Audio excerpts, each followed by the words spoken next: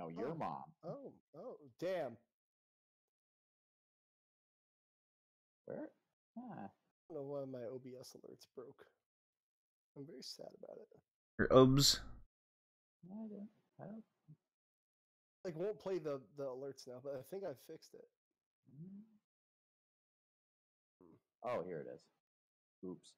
No, somebody used their free Prime subscription on me real quick. I'm already using mine for Impact. Why? What do you mean, why? They have money. Like, let it just. They're fine. I'm using it for Impact, and then in March, I will use it for Wrestling Circus, an indie promotion in Texas, doing a show on Twitch. They have Undertaker. They're fine. What? At the state of Texas. They don't need help. He's from Death Valley. You get your facts right. Okay, well, I'm from Winnipeg, you idiot. Alright, let me get Audacity up, I guess. Oh, I guess the agenda. Agenda. I don't see an agenda. I got it. I don't see shit. It's in the podcast focused content section. Oh, who the fuck uses Discord? Me?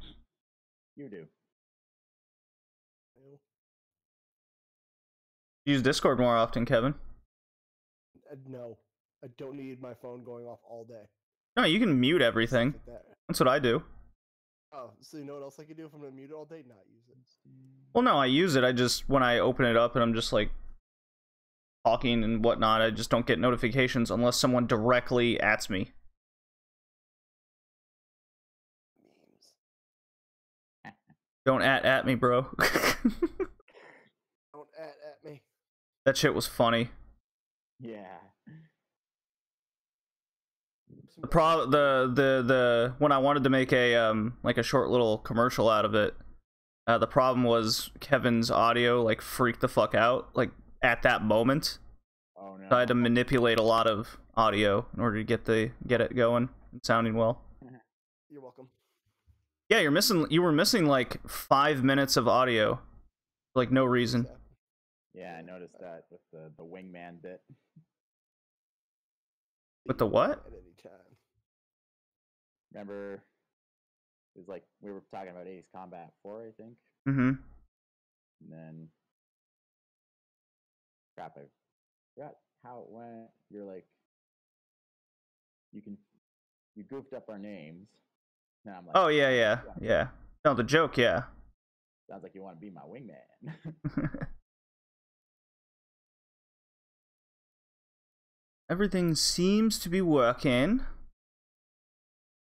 Just tell me when to hit record. I also have a streaming date at like 2-ish, so let's move. Streaming date? Yeah, my friend wants to stream our RPG. Oh. As Dizzle. E to the Dizzo, E to the Izzy. Well, is everyone ready? Ben ready. Alright, Colin, you can do your little intro. Intro? Okay. Yeah, born with it. Maybe it's Maybelline. Ah. All set? Let me just get it up again. Just say when. Alright, here we go. Okay, let me just get Audacity here. Okay. Alright. Say the word. 3, 2, 1, go.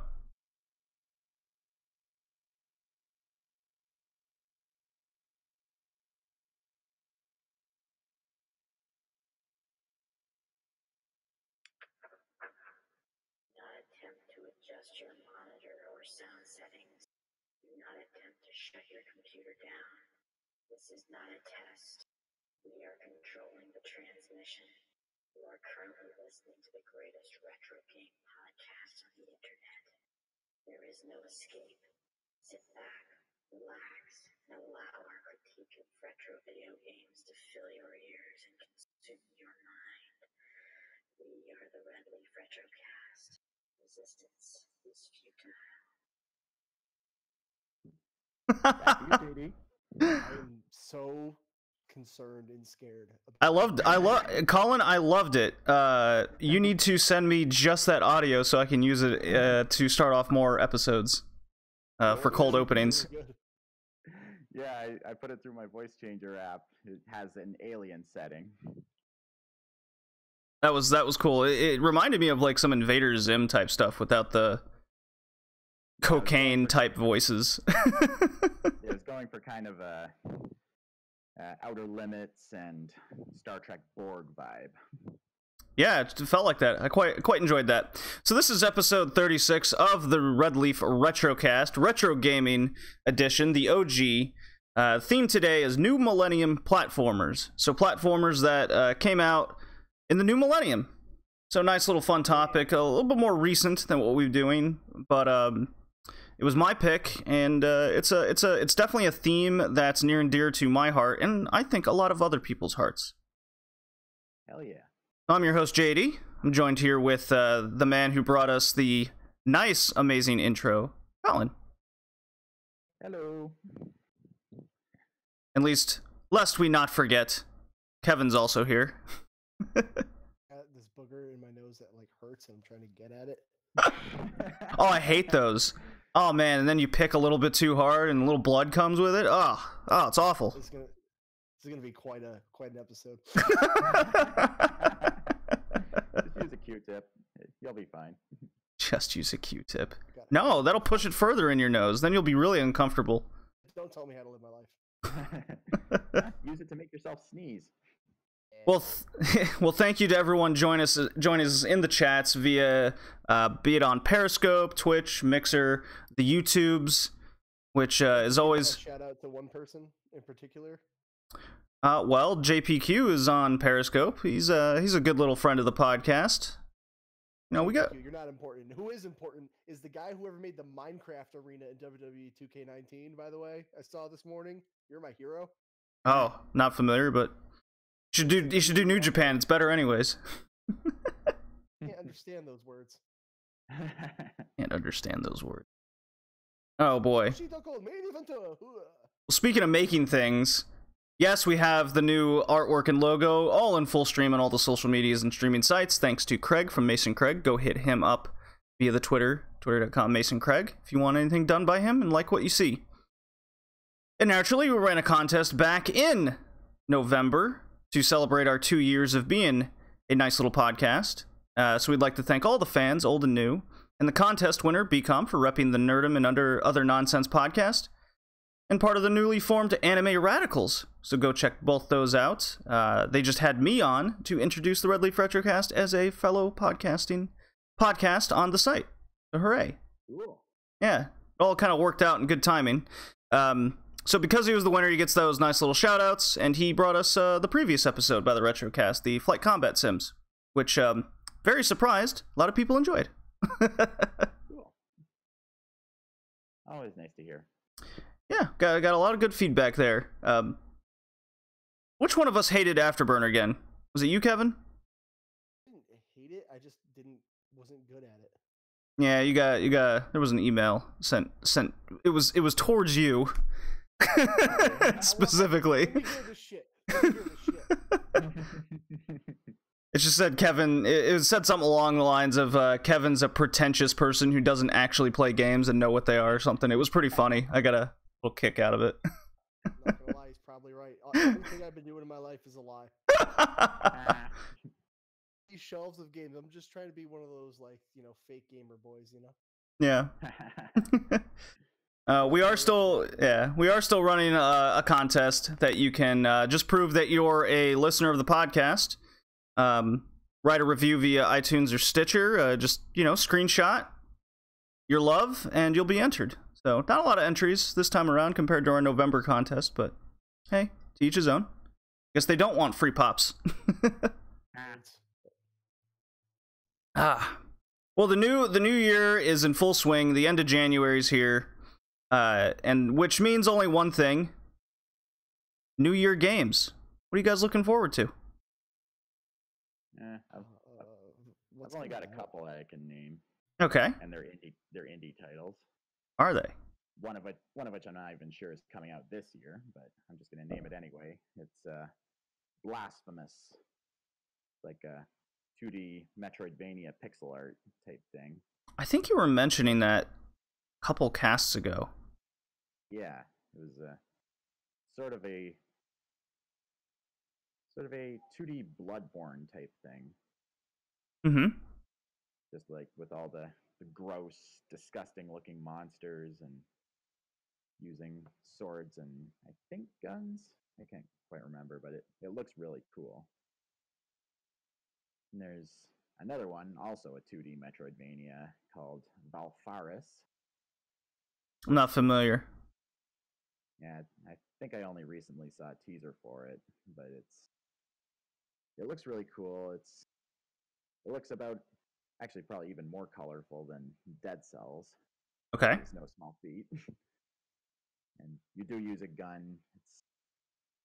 Can't recall the details, but it looks like a really cool game, and I'm interested to see where the developers go with it. I think it might be in early access right now.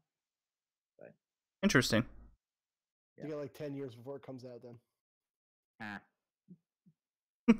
Not everything's like The Last Guardian and Kingdom Hearts 3. Look, man, Kingdom Hearts. I'm surprised you didn't say Kingdom Hearts 3, Colin. Oh, right. I've been so busy moving these past few days, I completely forgot. I even got all my biggest stuff brought home yesterday because I'm moving back in with my folks for maybe a year or two. My money so I can get a down payment on a house. Of course, the market right now is pretty crap. It's like so expensive. I think like a down payment on a house in the general Toronto area is somewhere around like 30,000.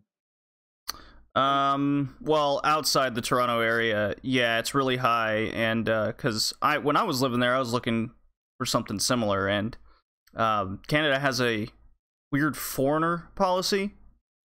Oh, yeah. Where the foreigners have a 15 to 20% uptick in down payments. So you gotta have like 90 grand down payment for a house. And I was like, well, not doing that. Kevin, you got 90 grand laying around? You want to give me? They wonder why the housing market sucks, and they're like, you need like 30 grand. I'm like, oh, let me just pull that out of my ass. Hold on 1 second. Yeah, really, right? Well, obviously, there's other games coming out, and Kevin, I'm sure you want some games coming out in 2019. Honestly, I don't know. Like, I listened to a bunch of podcasts, and they're like talking about games coming out. There are all these like little indie games I never heard of, which I'm not shitting on indie developers. It just means I don't know what they are. Mm-hmm. But to come out like in the immediate future is Last of Us 2. Yeah, it's probably like a 2020 game, more than likely. Nothing this year I'm like looking at. I'm like, I need that right now. I'm like, oh. You're too hyped for RE2 remake? I don't give a shit about that game at all. Nah, you're not a Resident Evil fan. How foolish of me. Like, I appreciate it. It's just like, I don't like that. I just hope it's not so stupid, bullshitty, puzzly, which it will be. So I played Resident Evil 2. I got it. I'm good. I don't need it again. Oh, the remake. I've played quite a bit of it, and I was playing the original, kind of compare and contrast. Obviously, going to go more in depth with the game for the Modern Gaming Cast. We'll record in the next week or so. But yeah, it's like redefining what a remake should be and what we should expect going forward, rather than just a simple uptick remastered, like the other game that came out this month, the Onimusha. The first Onimusha game was remade, but it was just an upscaled same game.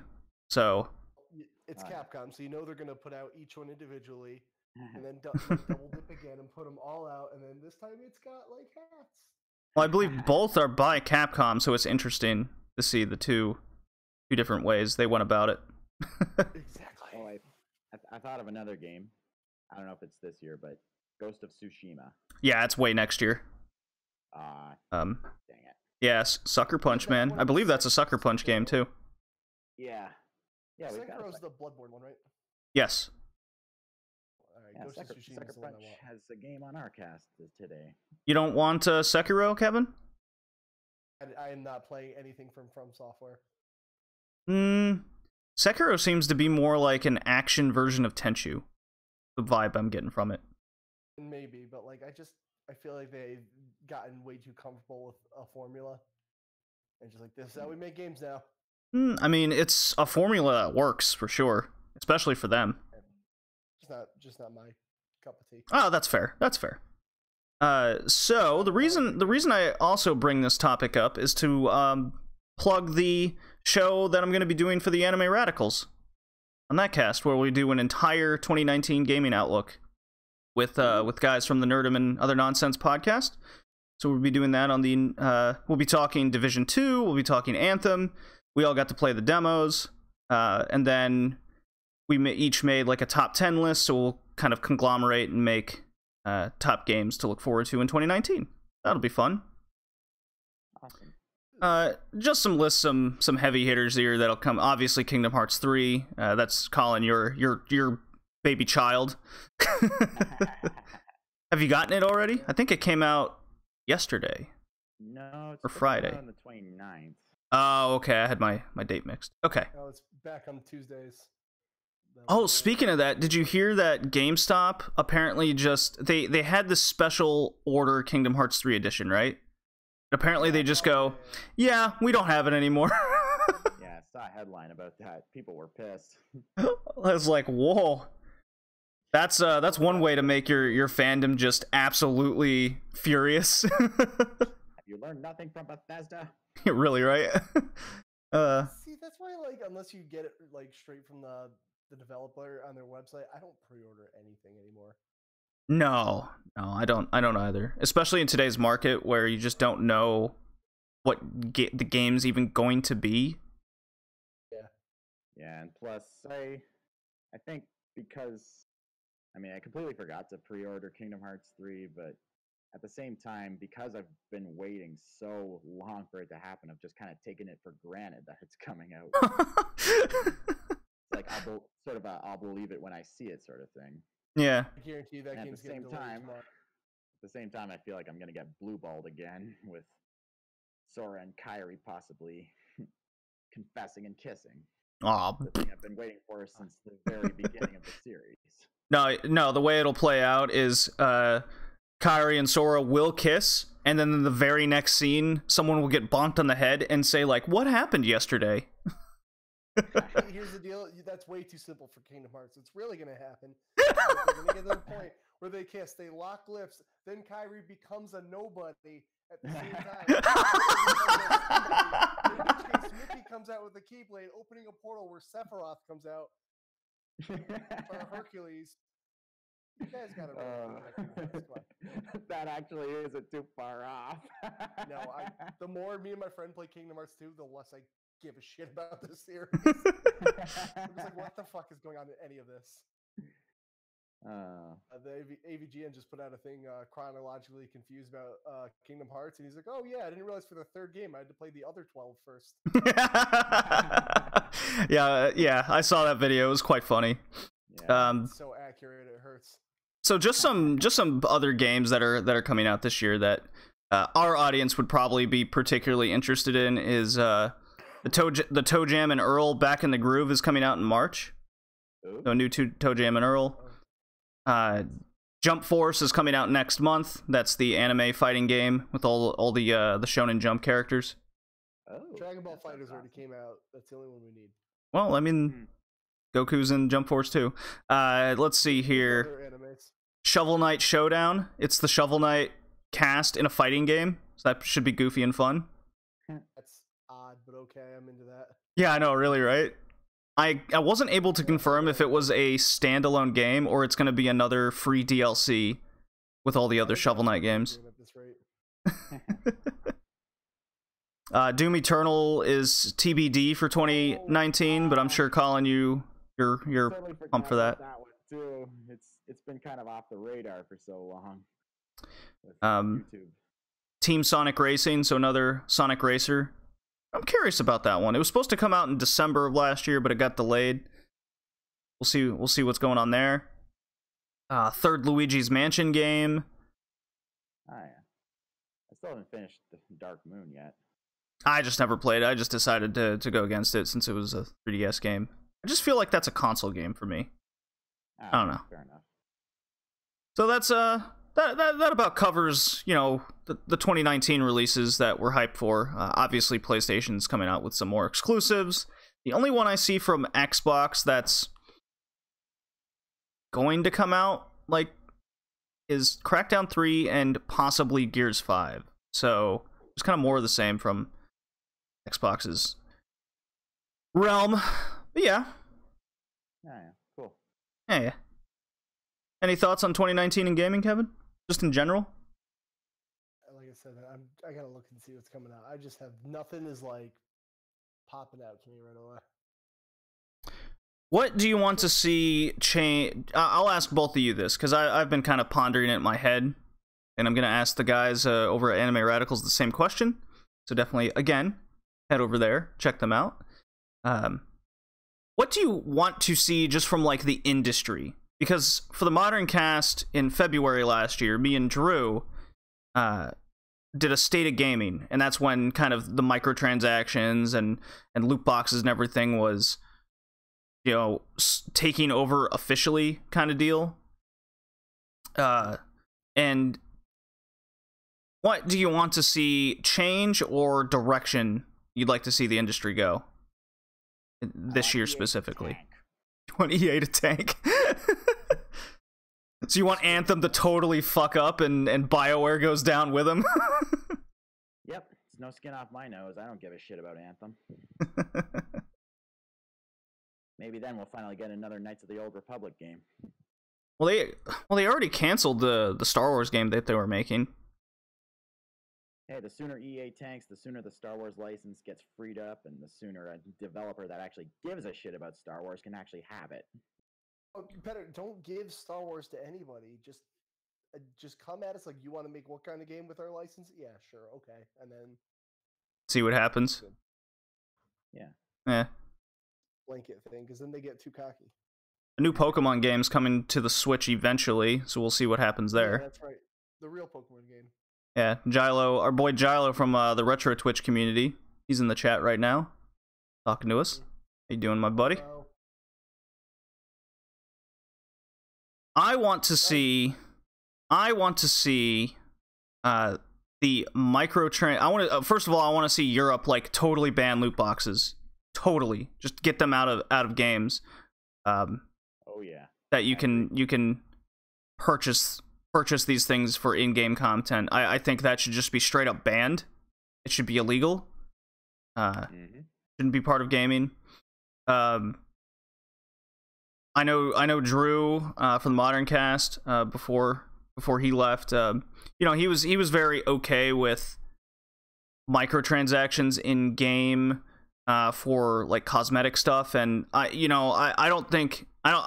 just hate this kind of this is okay but it's not 50-50 mentality behind that stuff, because what I'm personally seeing is it's leading to content being erased, lazy games being made, and all the interesting content is locked behind paywalls, and that's the microtransactions. I agree wholeheartedly. So they just, all that stuff needs to be fucking banned. Right. And the example that we briefly talked about on a couple casts ago was the Devil May Cry 5 speculation that special moves are going to be behind paywalls. Oh yeah, I remember. Kevin, do you remember us talking about that? And it's dumb. I hope that's false. I hope that's fake news.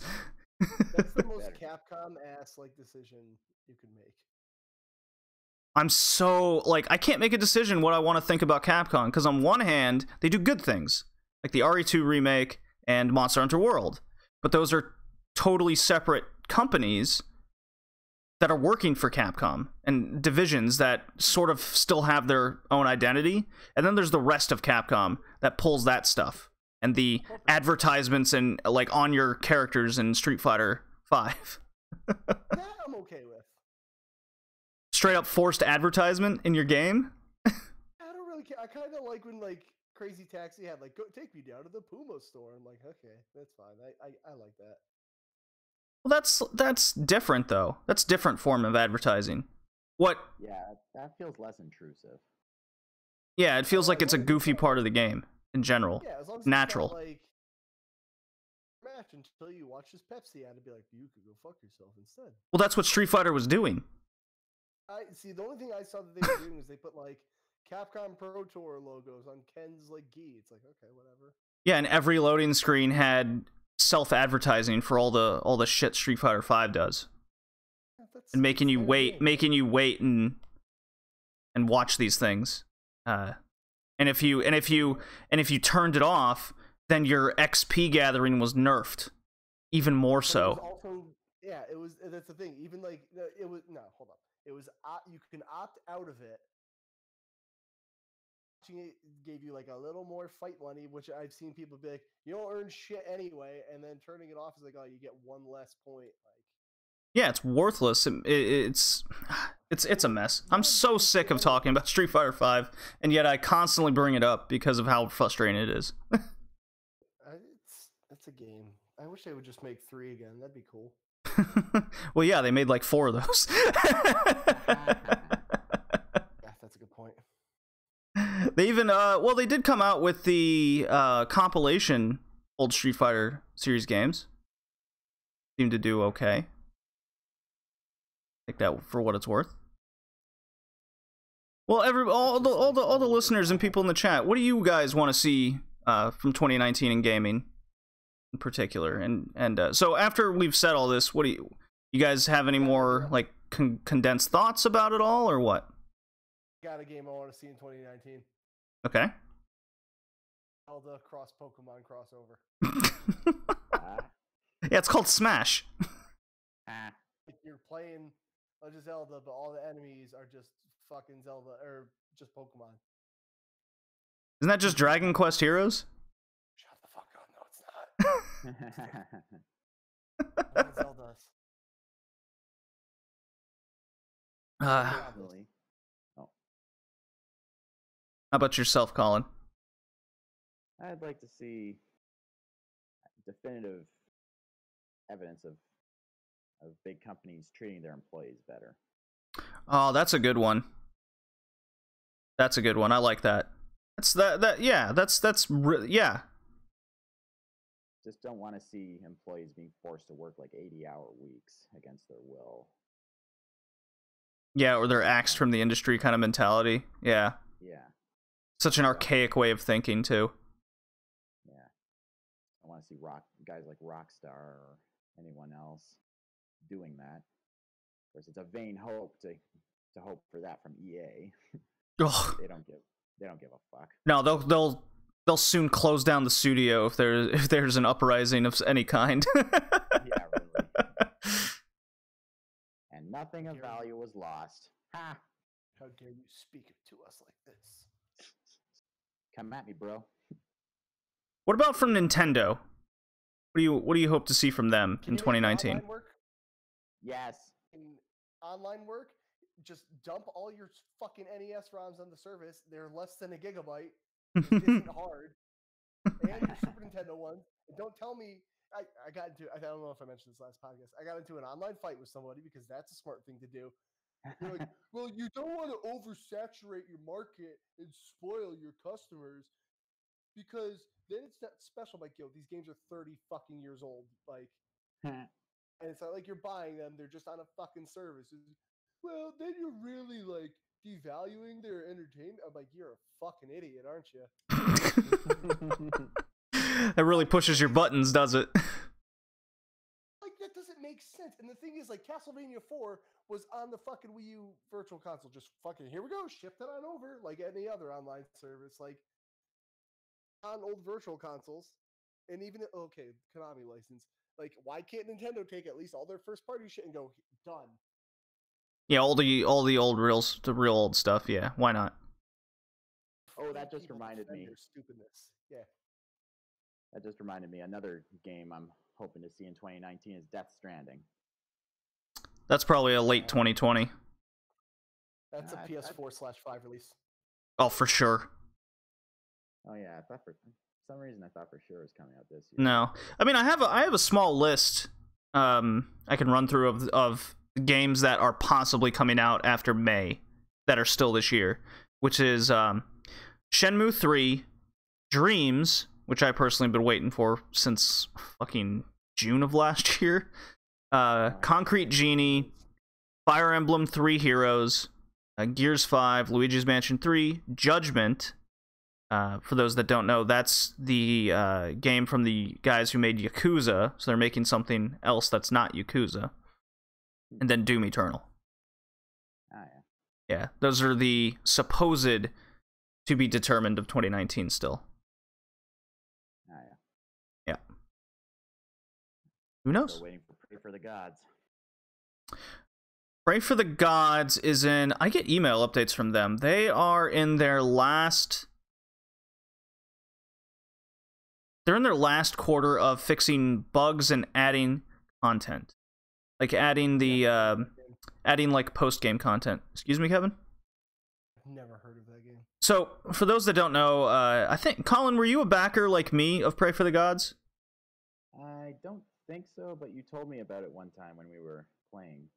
Yeah, it's a Shadow of the Colossus game that's, well, it's basically Shadow of the Colossus, but a more filled open world adventure that has survival elements into it. So like you're traveling towards say fighting a giant ice boss or something. You have to kind of plan your trip out to this location in the open world with think of like the Zelda Breath of the Wild elements where, oh, you're going to the snow area, you have to wear try and find the warmer clothes and kill the smaller enemies to craft things in that direction. You have to, if there's a snowstorm that's coming in the game, you have to hope to find shelter quick enough or make a fire or something. Yeah, there's things like that in the game. So it has a lot of promise, at least in concept. And I've seen gameplay. It looks really good. Yeah, I want to see how it turns out. It looks really cool. Yeah. Because I love Shadow of the Colossus. So, well, all right. We're running a bit long here. Let's get into our topic here over just 3D platformers in the new Millennium in general, and see what we got to say about that. Okay. Sure.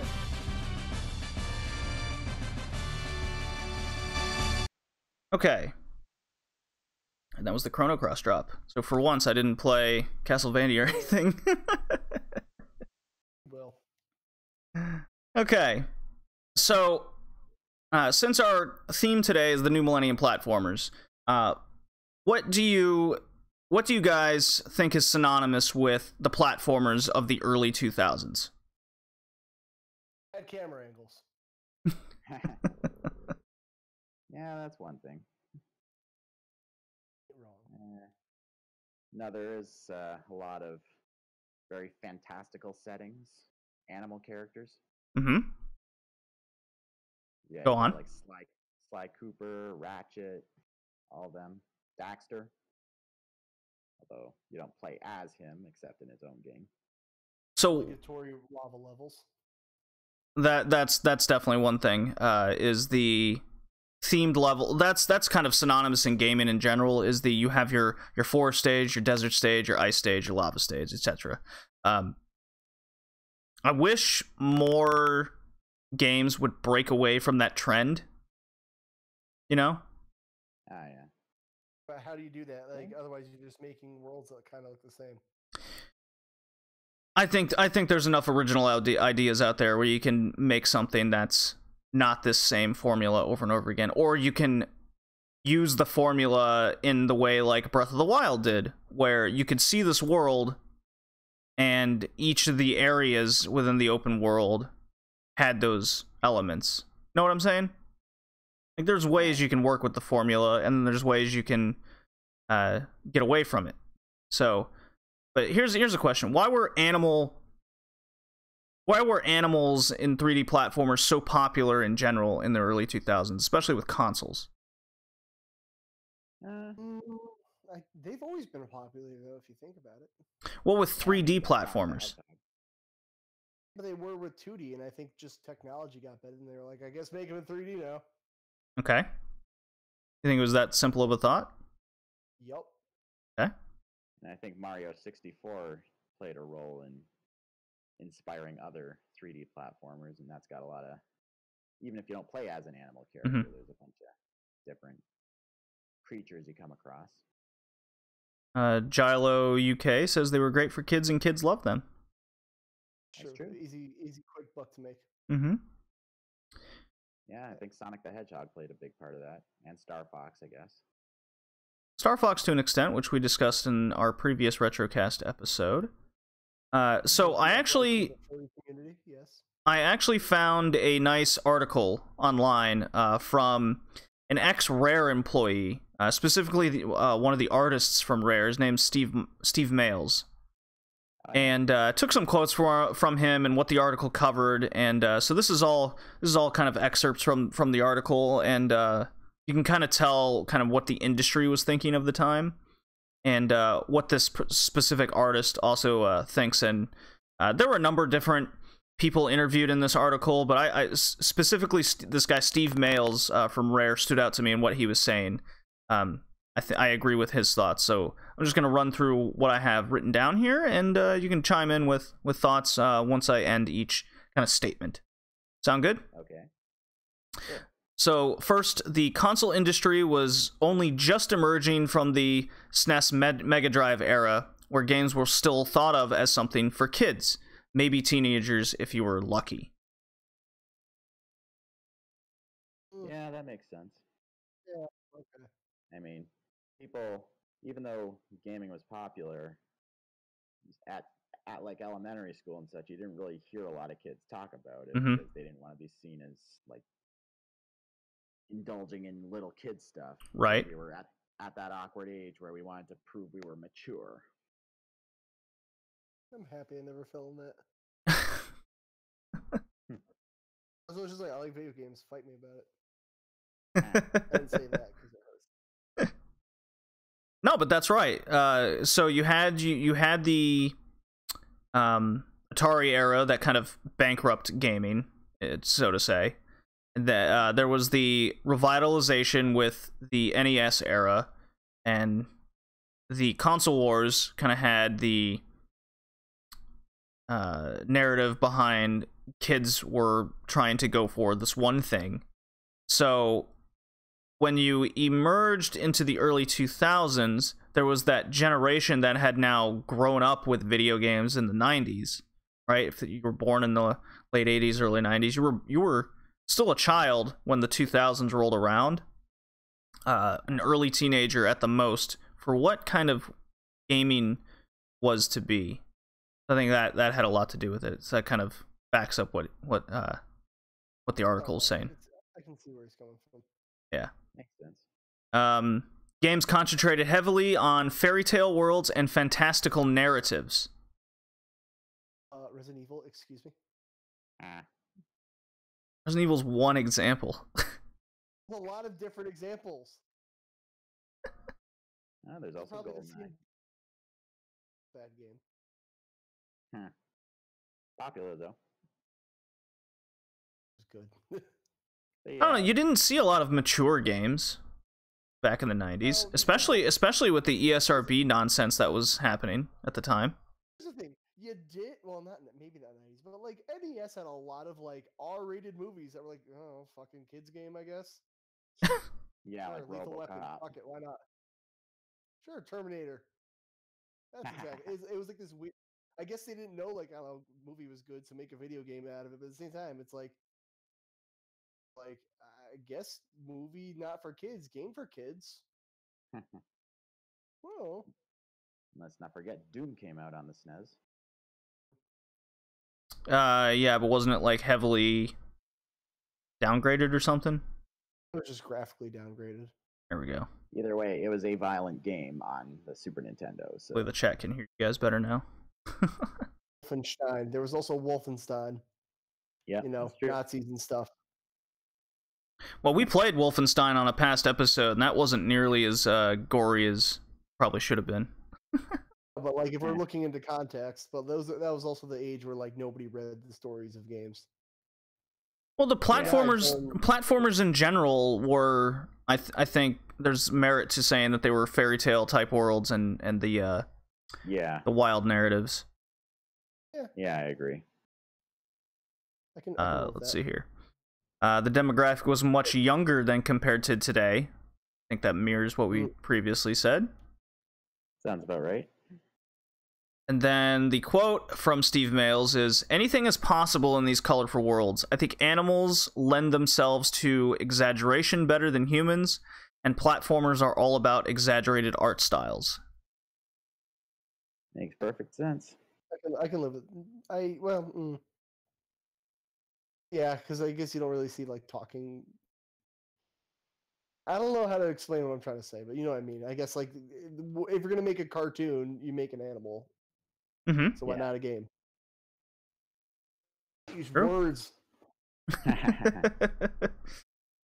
Well, think about it. You had Tomb Raider as more or less a platformer, right? And that focused on people instead of animals, and yet that particular, like those first few Tomb Raider games, you look at them now, they don't age well at all, right?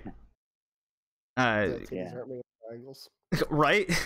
While then you look at a game like, say, Crash Bandicoot, and even the cartoony style of Mario, even though that's a human, it still has a lot of goofy animals and fantastical fairy tale type characters in the game. It seems to be timeless. They seem to be more timeless. Yeah, I agree. So I'm wondering then how a lot of these realistic looking games that we're seeing today, we see it all the time with the PS2 and even into the PS3 era, that those generations, that what we think, oh man, these humans look so realistic of the time, as time goes on, they stop looking realistic. They start looking, plastic or angular. The facial expressions look cardboard, static, wax cutouts, that kind of stuff. While you look at, we just played Mario Sunshine a few casts ago, and yet that came out in that same era, right? And yet that holds up so much better visually, and how the characters interact with you than, say, Tomb Raider. Yeah, I agree with that. That makes perfect sense. I think it just rolls with the technology the system was on. So, you know what I mean? the reason I say it is because later in the article, it says getting humans to look like humans with low poly, low res textures was a challenge in the 90s. And I imagine it's always the big challenge. And then what I took was there was a big tech advantage going from the mid 90s to the new hardware of the 2000s. A lot more textures, a lot more polygons to work with, that kind of stuff. I mean, if you make a cartoon animal look weird, it's just a cartoon animal. But like, if you say a human that doesn't look good in a game, you're like, oh, wow. Yeah. Perfect example: the WWE 2K games. Man, their faces definitely are faces for sure. Yeah, and that also goes with something else Mails said. He said, with a stylized animal character, this is less of an issue. It's easier to work with the limitations rather than fighting them. People will argue your human doesn't look human enough, but who's going to argue your stylized bear doesn't look enough like a bear? Me now. Your Yogi the Bear looks too cartoony. Well, that's what I was doing for. That's what I was going for. Oh, okay. Picture the last time I looked at like a fictional character and was like, that doesn't look like Satan enough. Like, I can't really think of something. So yeah, I see his point. Yeah. So, I really liked this era in particular because I have a soft spot just for that beginning age 3D polygonal triangle era of the mid to late 90s, and how they were able to work with a lot of the pre-rendered backgrounds, work around the hardware limitations, and what they were able to make. But then when that next gen hit in the early 2000s with the Xbox, GameCube, Dreamcast, PS2, I think that's still the biggest technological leap in what they were able to do, even more so than the 2D to 3D era, because we were able to see a lot more cutscenes, a lot more animations. That's when stories started becoming more of a commonplace in gaming, and then the list just goes on, and that kind of goes into what type of games we're covering today. Well, yeah. So what did this era in gaming mean to you guys in particular? Oh, quite a bit. I mean, this is about the time when I finally was allowed to own TV consoles. So yeah, playing Mario Sunshine, that was a lot of fun. I mean, it seems like this was a really great time in gaming when game companies were getting fairly big, but still not so big that they stopped caring about creating a quality product. And I ended up playing a lot of the games that we're covering today and really enjoyed them.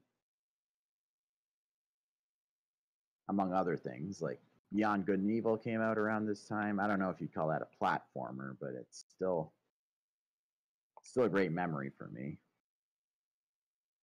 And I'm trying to remember some others. Kevin? This was like when I really, really started to focus on beating games. Well, you were finally able to. Like a lot of games were like less about like, I don't know, get a high score, like, or they had endings, but nobody expected you to get there. Oh yeah.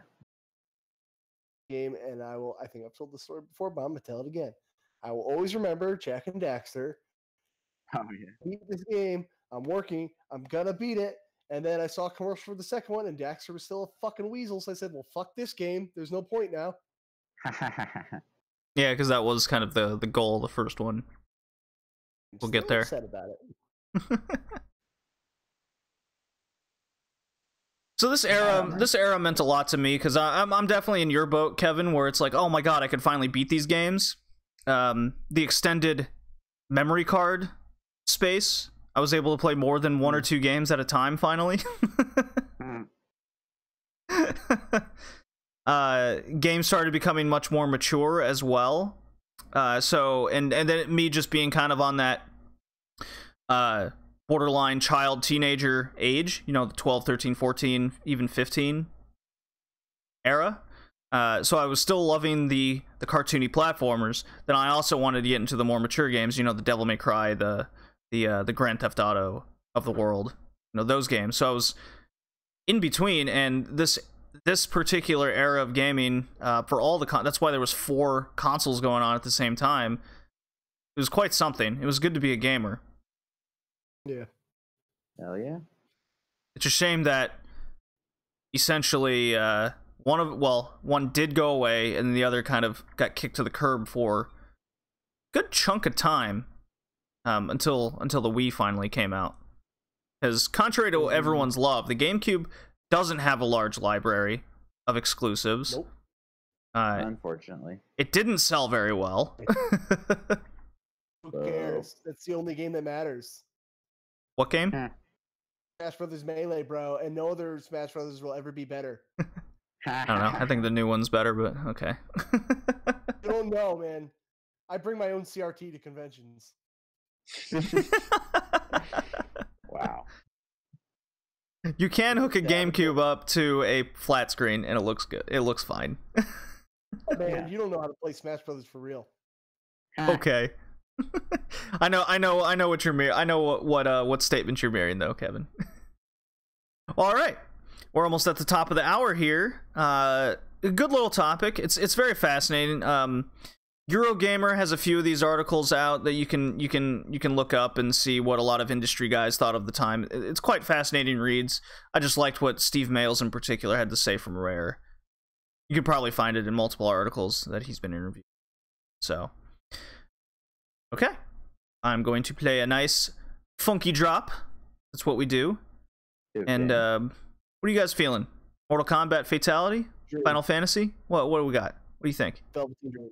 Well, first we got a for the non live stream listeners, we got a little commercial probably, and we'll come back. All right. Should be watching live. Should be watching live.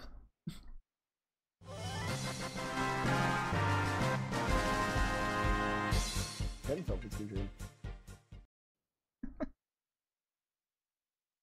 Alrighty. Played the Final Fantasy VIII.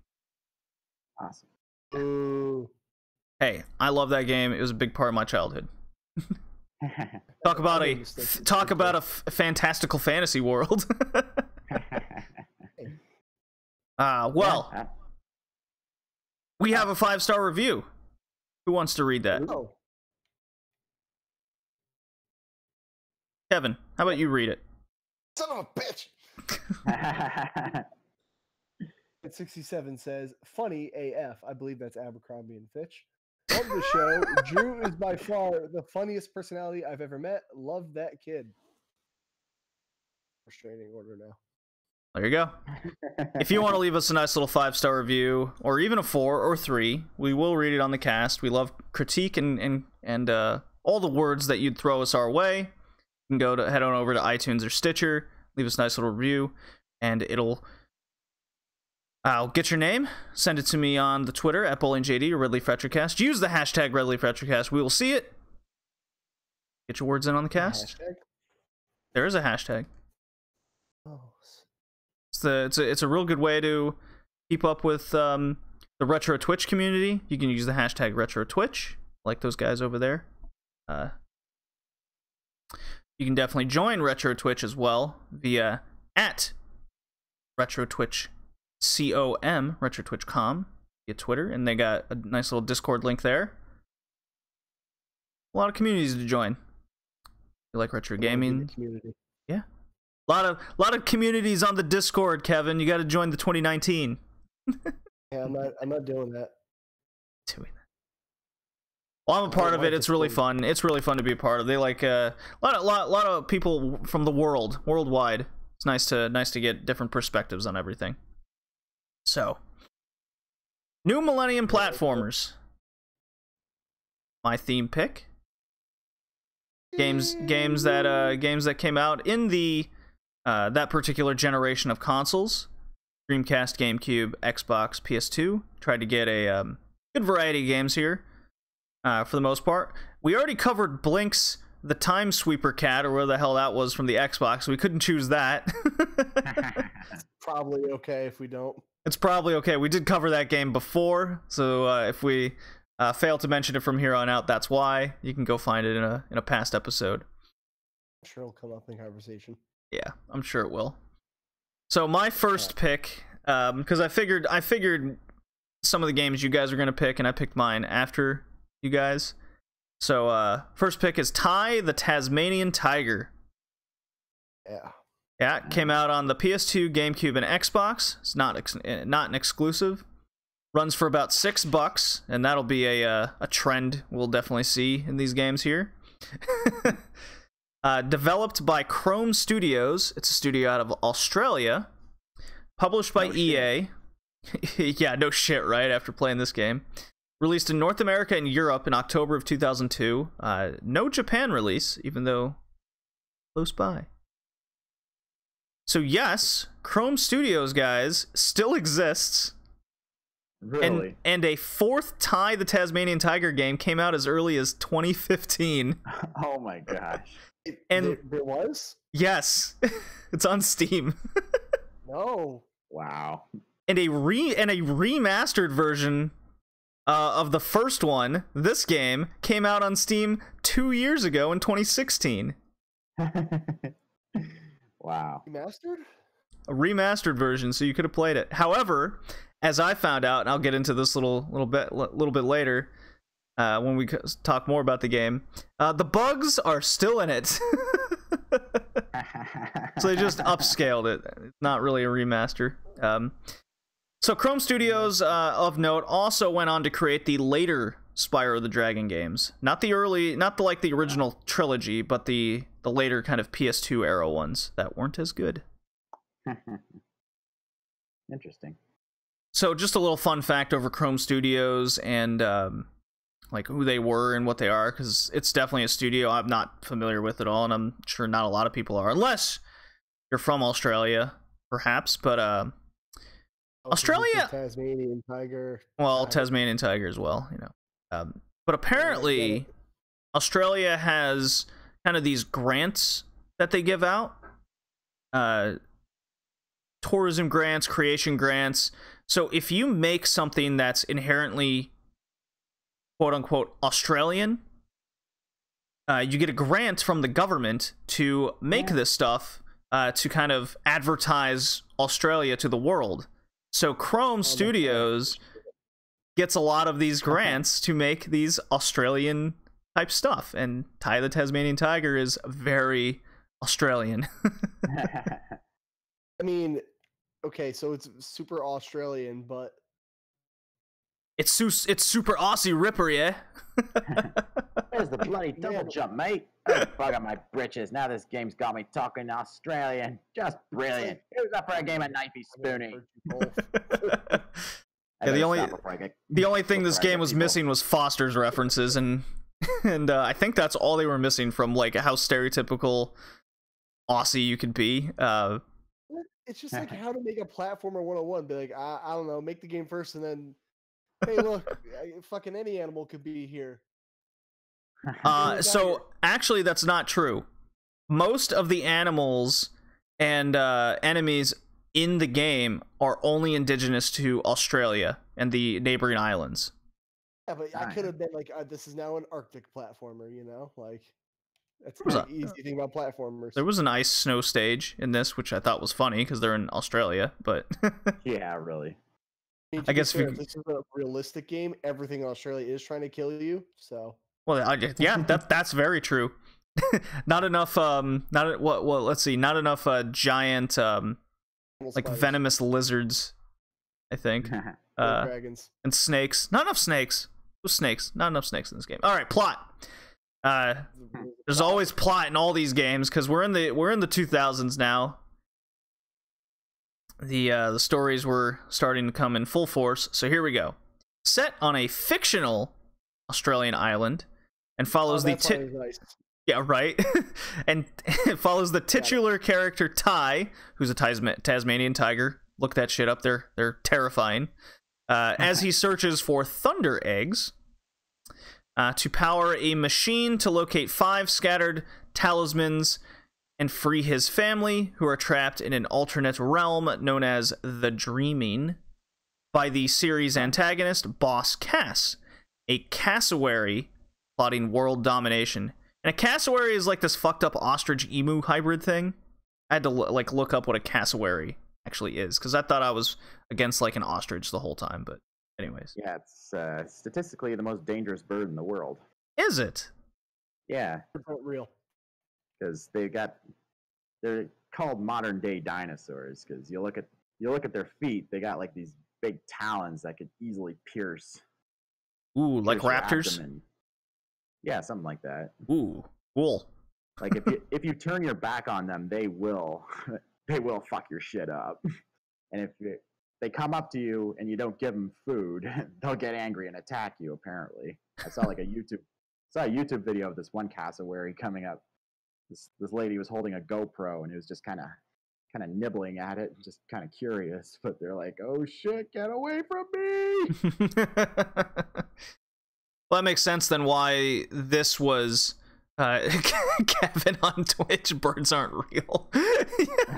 Ridiculous. Not. Yeah, because I was wondering why they chose like this bird specifically as the series antagonist. So that makes more sense. But my main question was, why did it have like this German accent?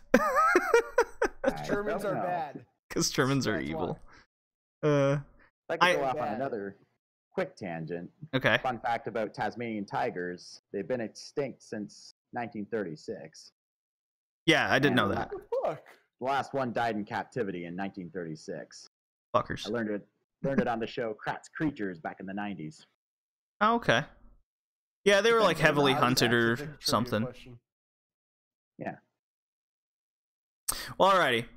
We can note that there is no other time in this podcast that fact would have ever came up. So good for you, Taz, or Ty, whatever your name is. Ty the Tasmanian Tiger. Well, there's fucking 4 Taz the games of this Tasmanian Tiger. series, so Why does that exist? it's going strong. It's lasted as long as the Halo series. Keep that in mind.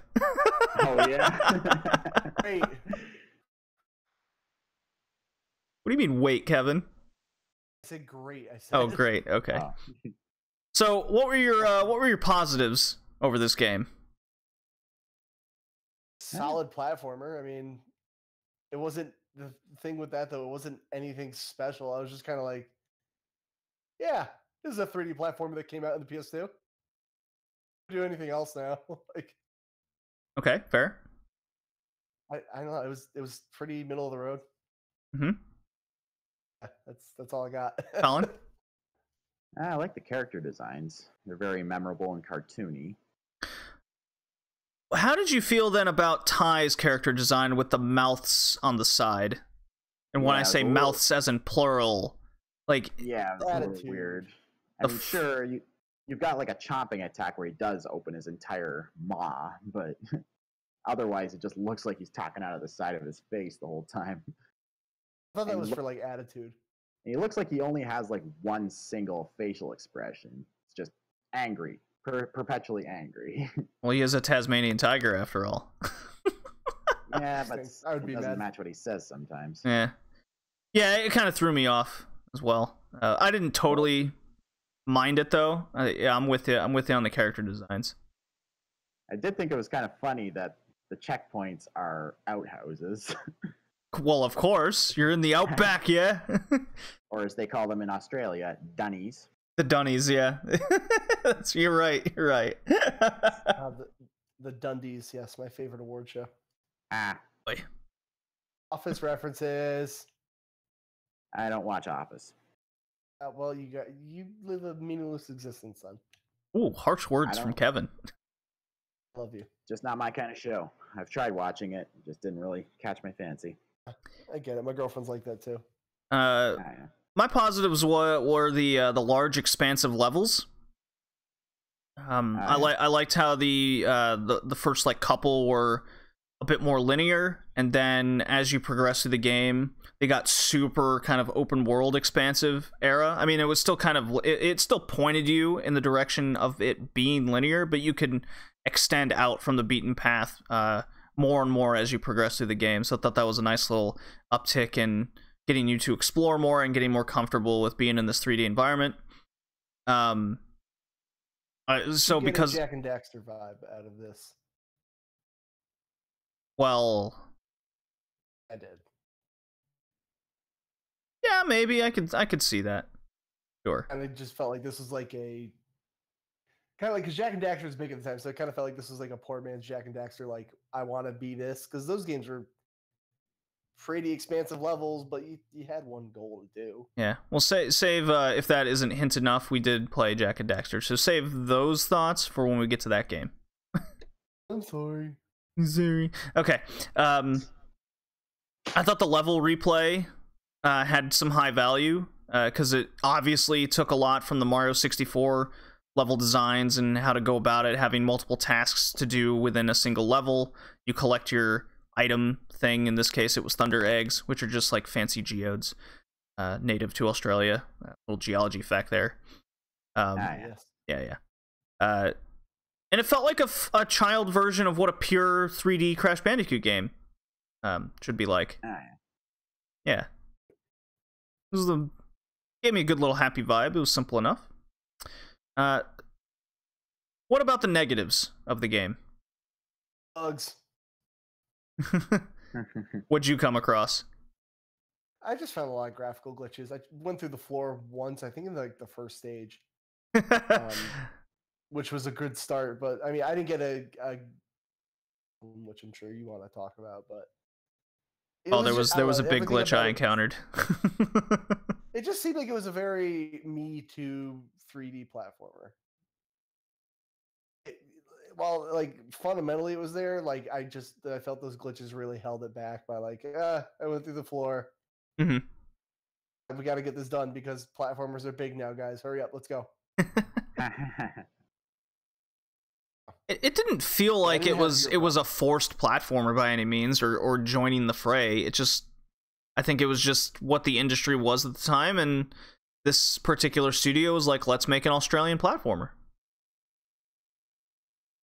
I think it was the best way to get into the market they wanted to target. Yeah, fair enough. See it as a negative. Now, how they executed it is a different story. Yeah. The game itself isn't bad. It just, I don't know. To me, it just needed more personality, I guess, other than like, this is Australia. Its personality was Australia. Yes, that's pretty. You might as well have just sold me an Australian flag. When yup. Australian flag with a list of slang terms used throughout. Oh, I am pissed, mate. How about you, Colin, on the negatives? I thought the graphics were mediocre at best. I would also agree. I mean, the character sprites are decent looking, but the backgrounds and environments look very plain. Stuff in the distance just literally looked like a 2D drawing. And the directional movement and camera movement were really sensitive and over-responsive. Yes. It's easy to get motion sick playing this game if you're sensitive to that. That was a major negative for me in this game as well, was the camera control. It was too twitchy, over-responsive type stuff, yeah. Yeah. And I mentioned all my negatives with like Ty's character not having any other facial expressions. So I have a nice list here of all the negatives that I encountered through the game. And I'll start right away with the huge one, was I encountered a glitch about 35% through the game where it made me unable to progress. Oh no. Hey. And I was so confused. I'm like, what's happening? Because the objective is to collect enough thunder eggs as you play each level, or while you're in each level. And that's how you power a machine that your friend Koala Scientist dude has, and he can kind of teleport you into a boss battle. And until you collect enough, he basically just keeps telling you to keep visiting more levels and collect thunder eggs. I was like, okay. And there's a little counter that counts down until you collect enough. And we have a new follower on Twitch. So thank you. Yay. Hey. Get his name later.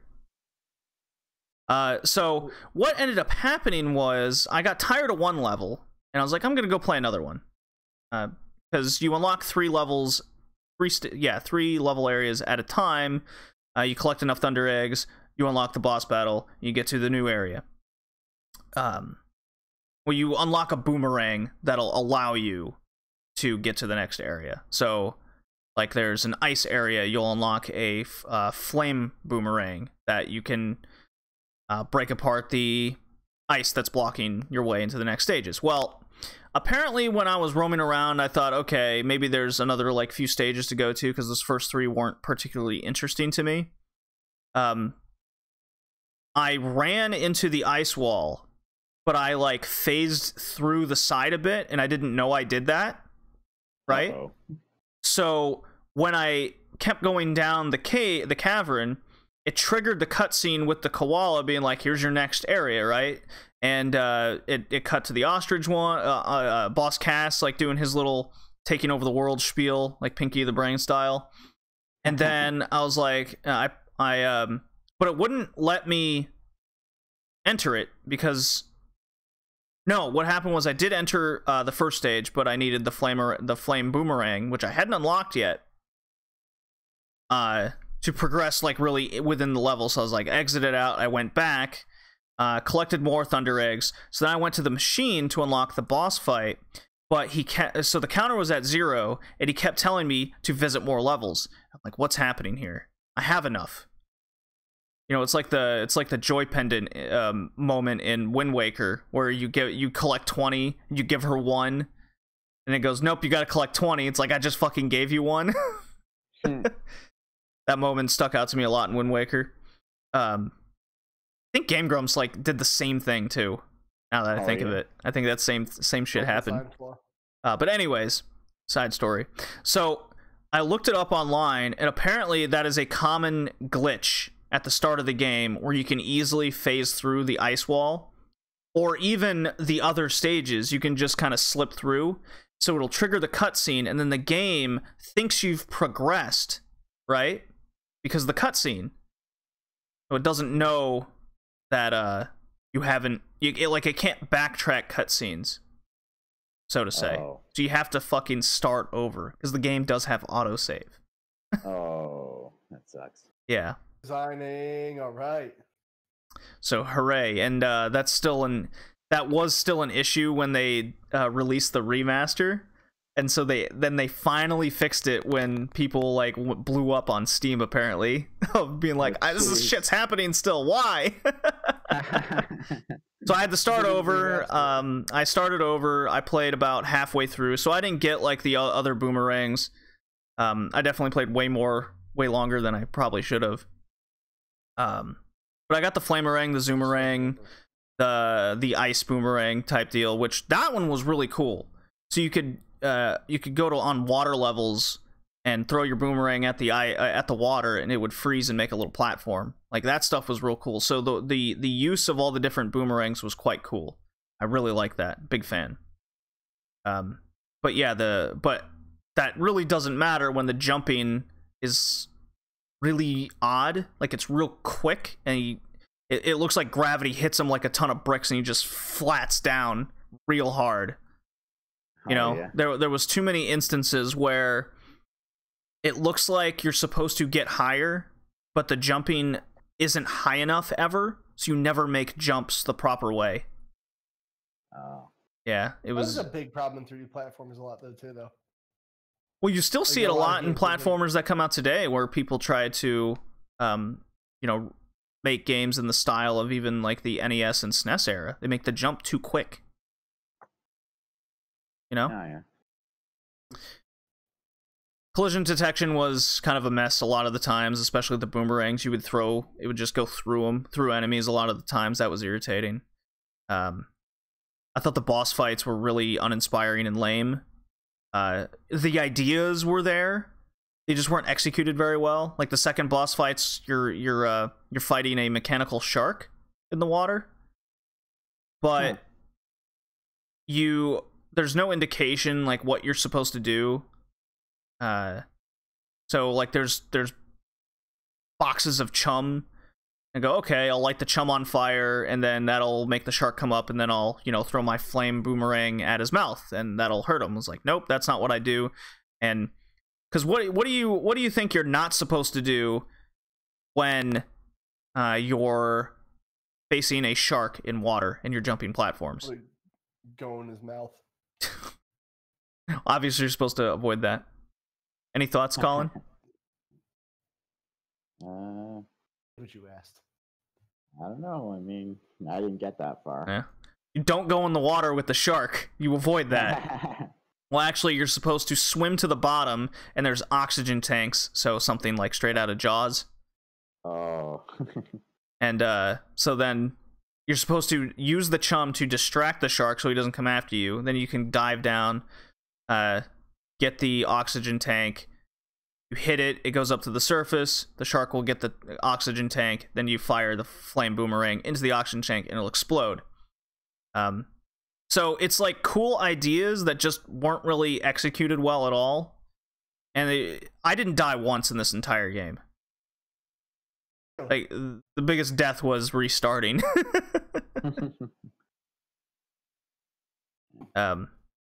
And then my last little funny quip was Ty uses the phrase "you beauty," "you beauty," and he comes off kind of psychotic in all the cutscenes when he says that. I just remember him saying "you ripper." He says "you ripper" a couple times, but he says "you beauty" like a lot.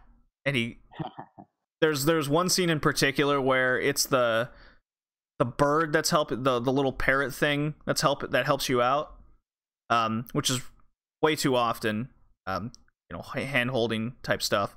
So he's talking to the koala about like what you're supposed to do next, and then they're having this kind of, we got to stop this world domination thing from happening, and all of a sudden Ty just goes, "You beauty," and they kind of just stare off into space, the awkward voice acting of the era, and it just makes Ty come off as like a cokehead.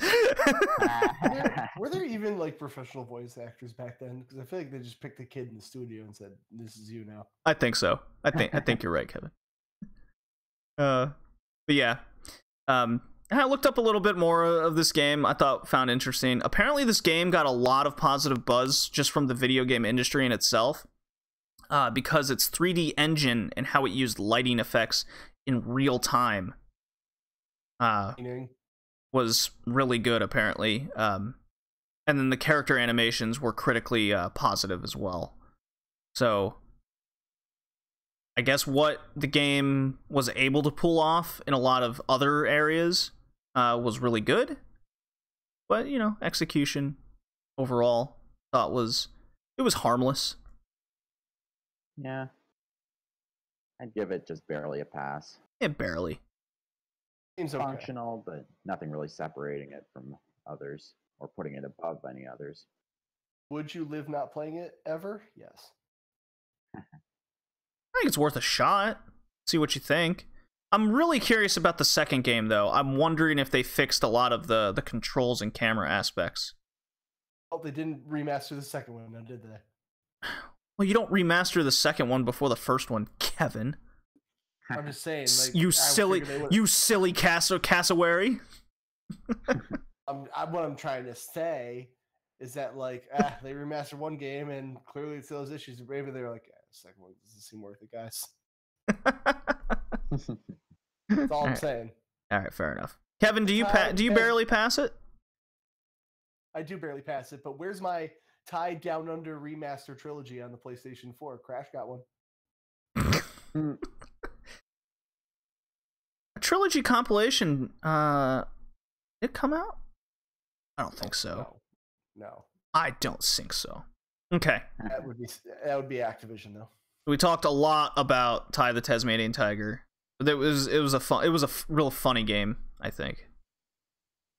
And a game probably not a lot of people played, I feel, compared to the others on the list, for sure. Yeah, I agree. I knew it existed, but I didn't really care to play it. I remember my little brother got this game, and he absolutely loved it, but I never played it. Until now, because it's his copy, and he gave me PS2 games. Anyways. Second game on the list. And where would we be in the new Millennium platformers without a Dreamcast platformer? Where would we be, guys? Probably better. Better off. Probably nowhere different. Nowhere different. Well, it's Sonic Adventure on the Dreamcast. Later ported to the GameCube as Sonic Adventure DX, and what's glitchy as fuck. It's very famous. It goes for about $15 on the Dreamcast, if you so choose to get it on that. Developed by Sonic Team, published by Sega, in case you didn't notice. And it released as a Dreamcast launch title, best-selling game for it, by the way, on $99.99. And in my personal experience, the two friends that had a Dreamcast, they weren't actually able to get the game until like January, February in 2000, just because it was sold out everywhere. Like even people that didn't have a Dreamcast got Sonic Adventure. So, plot: Sonic and his friends, in their quest to collect the 7 Chaos Emeralds, who saw that coming, guys? Huh? And stop Dr. Robotnik from unleashing chaos. Kind of pun there, but chaos was like this alien ancient creature thing. Controlling one of 6 characters, each with their own special abilities, players explore a series of themed levels to progress through the story. Outside the main game, players can play mini games like racing and interact with these little chows, which is a virtual pet on the little VMU on the controller, which was a neat little extensive thing, but not really worth going into. All right, guys. The hardest part of Sonic Adventure is the positives. What do you got? was an okay 3D Sonic game. There's a positive. Is that really what you got? The whale. The whale was cool. The first level is the best part of this game. That's about it. That great. I think this game got like kind of one of those things where people remembered it being really good. This wasn't that good. We'll get to the negatives soon enough, but let's focus on the positives so we don't piss off like half the audience. Yeah, well. Gilo underscore UK is already going. Is it that bad of a game? Oh, we'll get there. Yeah. It did. This is the game that introduced the Sonic homing attack, right? When he jumps. Yes. And that was there's a number of articles you can read from Sega, from reviewers and what have you, and people from Sega. So the transition from the 2D Sonic into this, because this is the first 3D Sonic game, was the issue because in the 2D ones you simply jump and land on enemies, right? Well, with the way Speed and Sonic is synonymous with each other, it was difficult to program a way where Sonic would slow down, and that would be, going against the Sonic moniker of going fast. Yeah, sure. So they came up with the idea of this homing attack. There you go.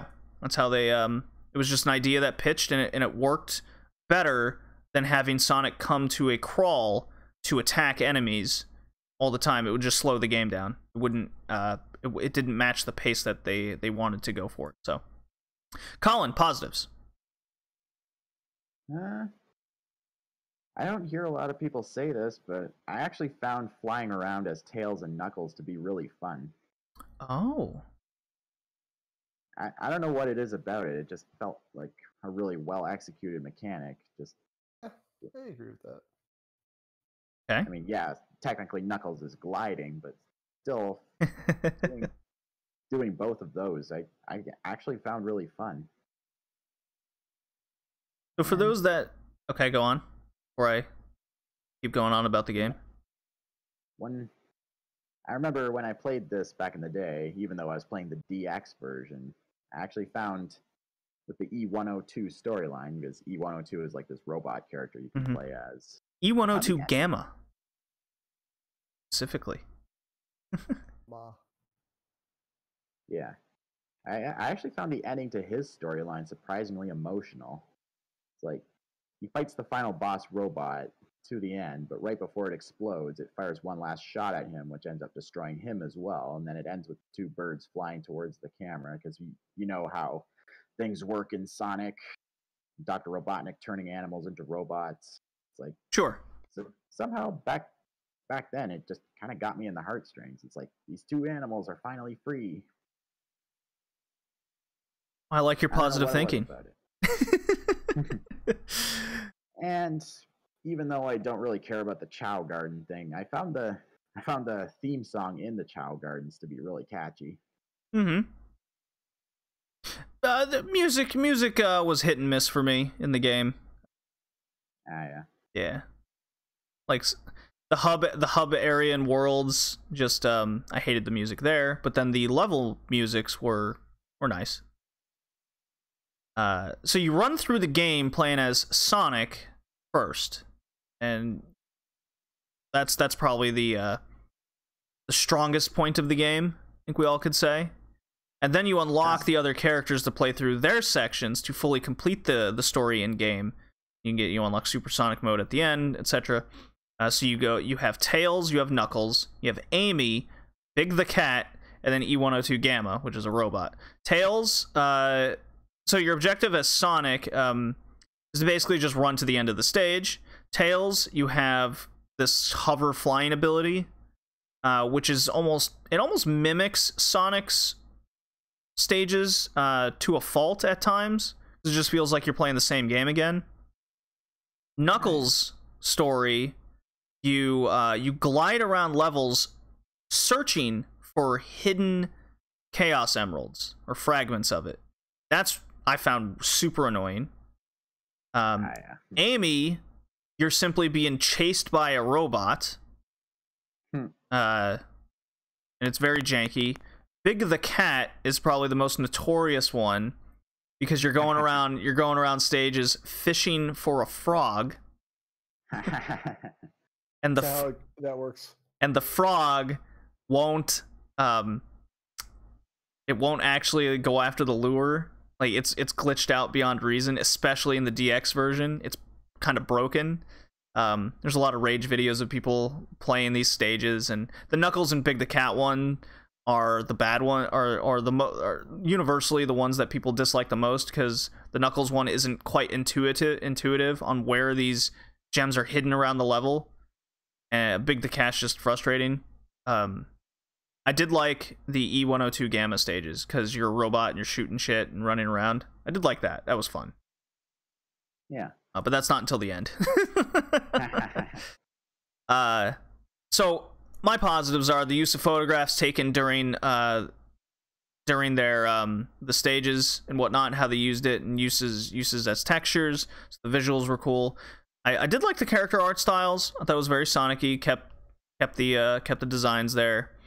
Some stages were fun, where you actually get to go fast. You're able to control Sonic, but it gets real ridiculous at times. Yeah. So like there's like skyscraper stages where you're meant to go fast, but the homing attack takes you just straight off the stage too much. So, take that for what it's worth, being that it's 99 2000 era type controls. So yeah. I know I've seen glitches of like the DX versions where you fall through stages and that happened to me a few times. Yeah. Luckily I have the Dreamcast version. I didn't come across that really at all. So lucky. Negatives. What are your negatives, Kevin? I did not like the graphics of this game. I felt like everyone looks like they were covered in Vaseline. Gameplay, honestly, Sonic just does not work in 3D.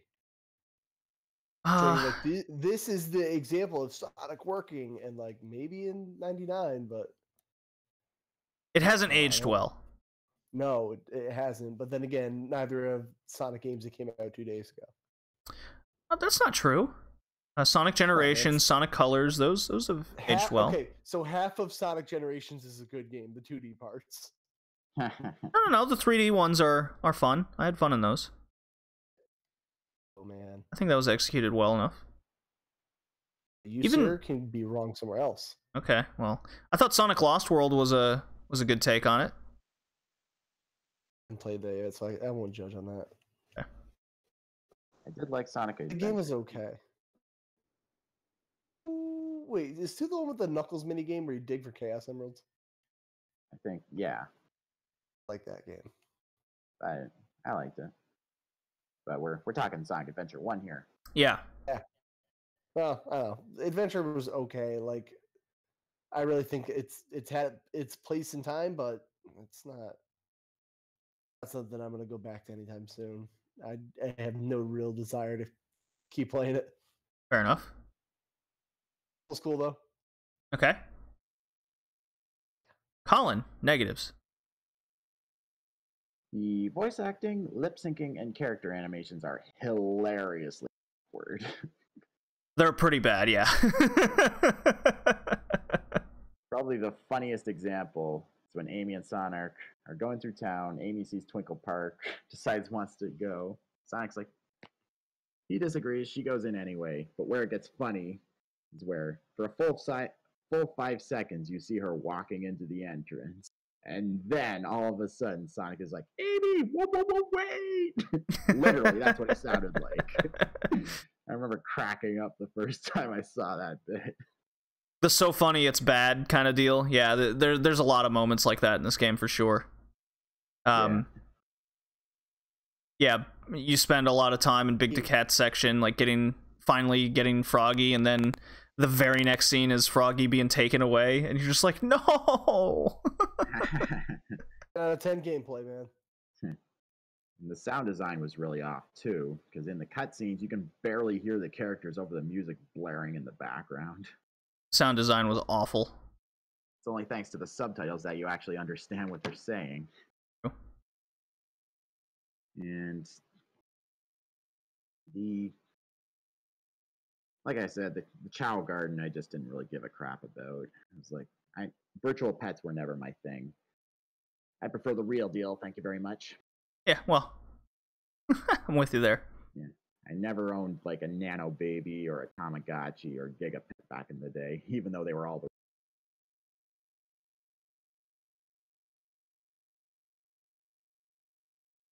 Nice. Hello?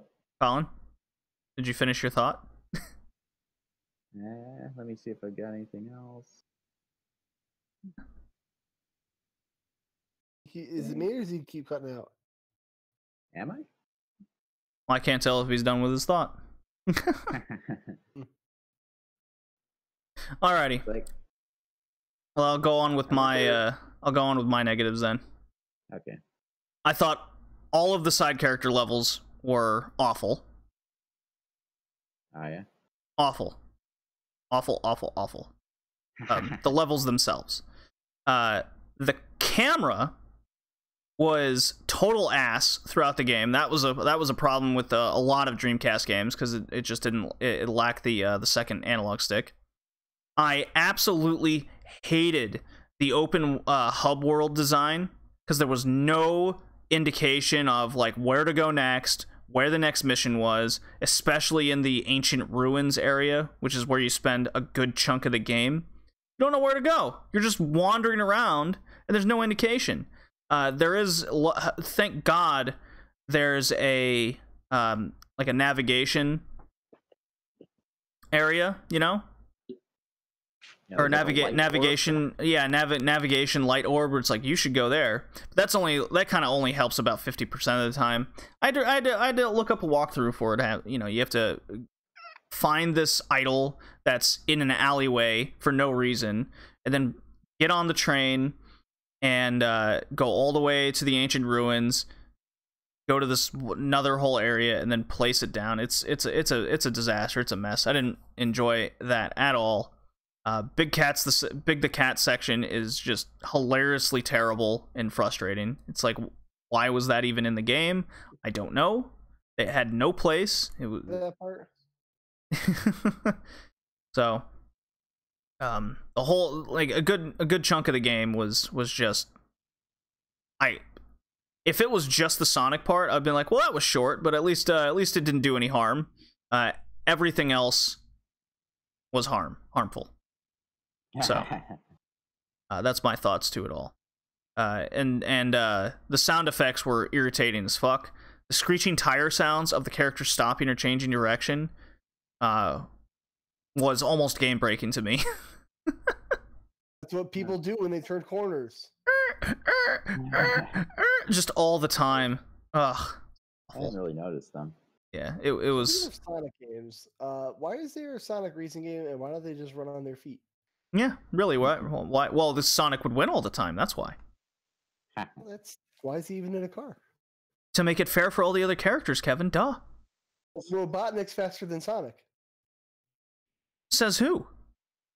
It's the ending cutscene of every Sonic game. What? What are you on about? I just like it.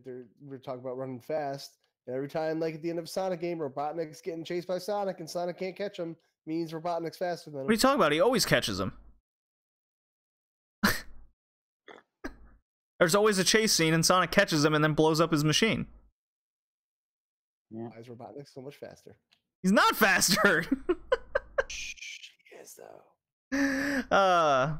So if you look up reviews of this game, guys, it is hilarious.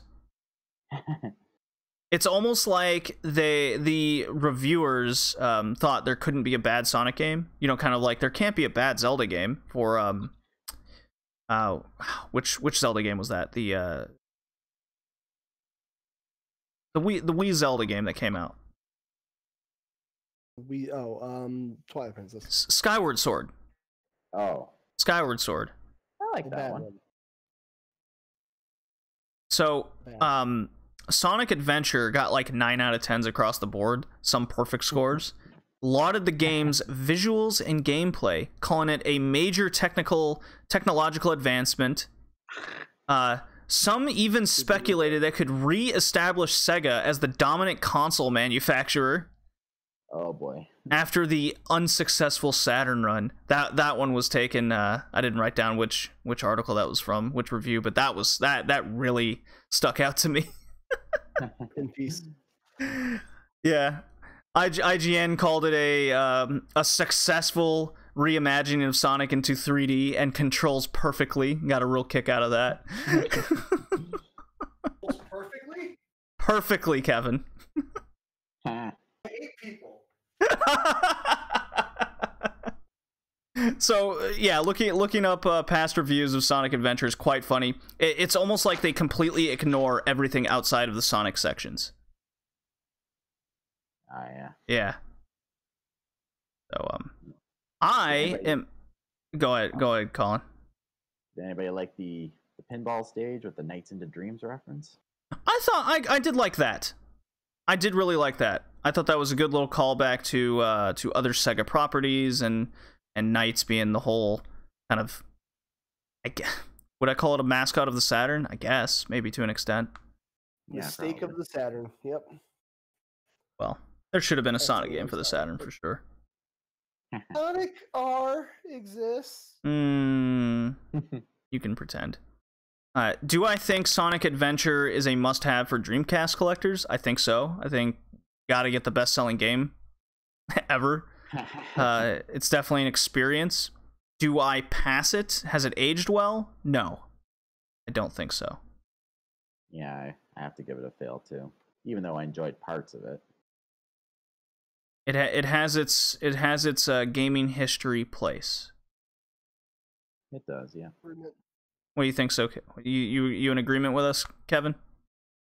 Yeah, I mean, you have to have it for Dreamcast, but it's weird because I say you have to have it for Dreamcast, but if you only have a PS2 or like GameCube, or I guess only GameCube. Yeah, but the DX just feel- version's glitchy AF. I just meant like it seems right to own it on Dreamcast, but like it's not a must-have on GameCube. You know, like That's true. I don't need this Sonic game. It's just something about it being on Dreamcast. You're like, yeah, this is right. Mm-hmm. Yep. All right. Let's move on to Colin's first pick. Yeah. Okay, my first pick is Prince of Persia: The Sands of Time on GameCube, PS2, and Xbox. Developed by Ubisoft Montreal and published by Ubisoft. Remember when they actually gave a shit about making good games and pleasing their customers?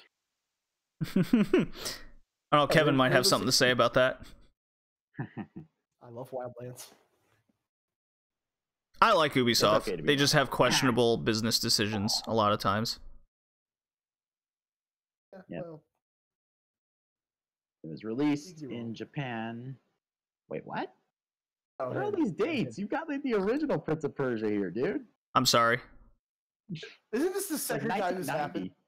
Yes, I think it happened so. Last cast too. Yeah, that happened in the last cast. My bad. I'll look up the Sands of Time release date, and you can keep talking about the game. JD, boo. Oh, I wrote down it came out on October 28th, 2003. Now, this game served as a reboot to the original Prince of Persia Would be series correct. from the 80s and 90s, and even had the creator of the original games, Jordan Mechner, on staff as creative consultant, designer, and scenario writer, which I found quite interesting. Although Jordan Mechner doesn't seem to have worked on its sequels, which may explain why many don't consider them to be as good. Mm-hmm. Now, the game follows the prince, who is not given a name, Right. and his father the king of Persia has taken over a city at the advice of the vizier, who is our villain for the game. The prince obtains the Dagger of Time, while the vizier obtains the ancient hourglass containing the titular Sands of Time. And on a visit to the Sultan of Azad, the vizier tricks the prince into releasing the sands of the dagger, which spreads throughout the palace and turns everyone minus the prince, the vizier, and Princess Farah into zombies/monsters. Prince manages to escape the vizier with the dagger and now must undo the damage by collecting the sands with the dagger and releasing it back into the hourglass. Now, I remember renting this game from Blockbuster constantly. Never quite pulled the trigger on buying it until recently. And the game is very well remembered. It got critical acclaim back when it first released, and people still praise it to this day. In fact, it's one of Yahtzee's top 5 all-time favorite video games, which is no small feat if you know what Yahtzee's like. Oh, sure, yeah. Yeah.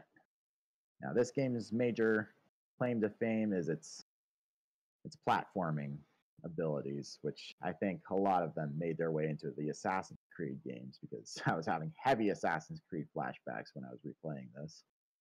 Oh, for sure, yeah.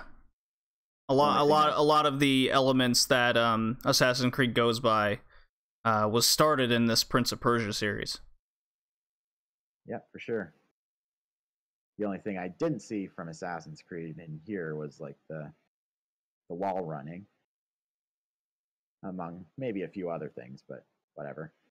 And the time reversal mechanic was very revolutionary for the time.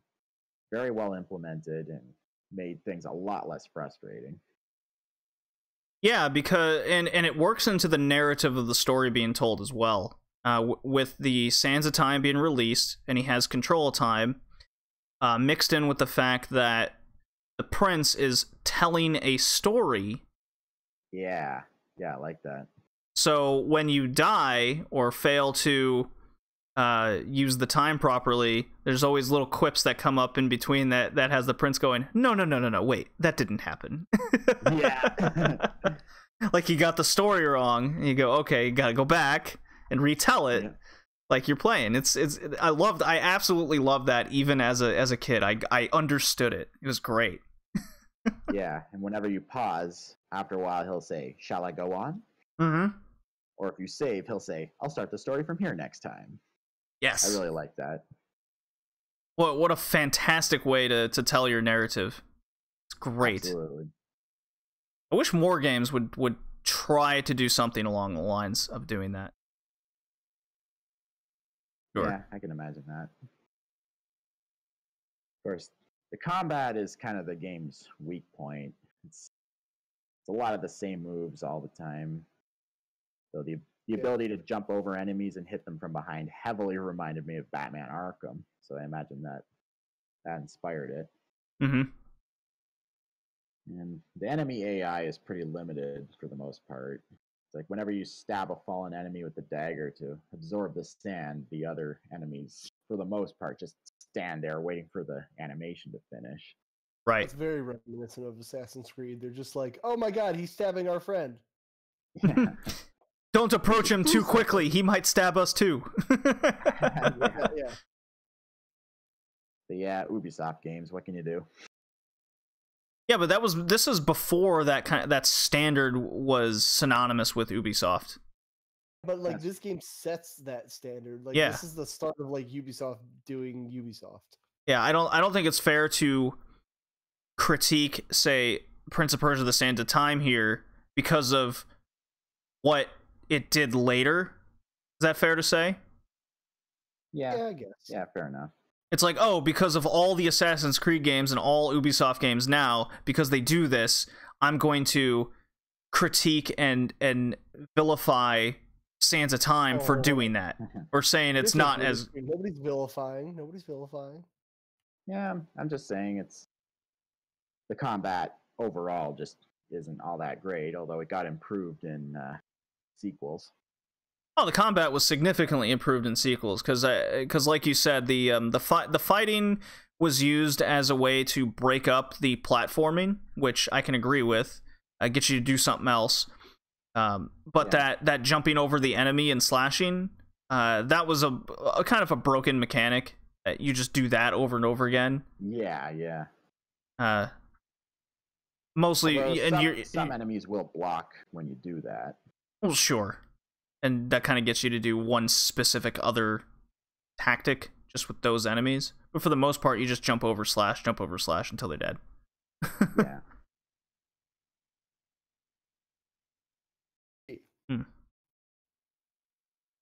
So positives, guys.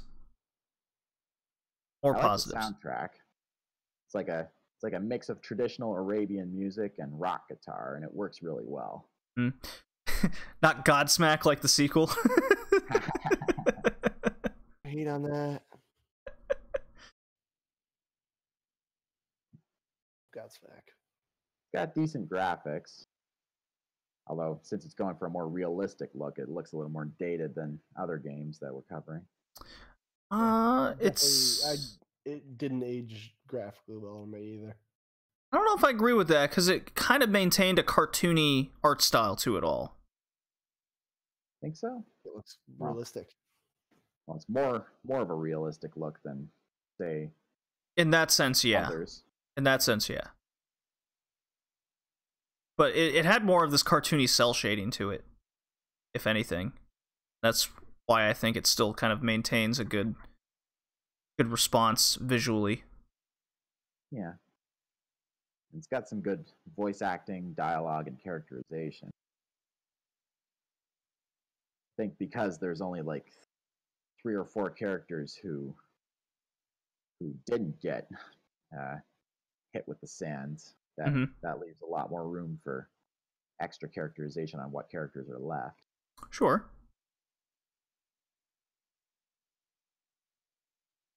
Kevin. And I think Farah was one of the original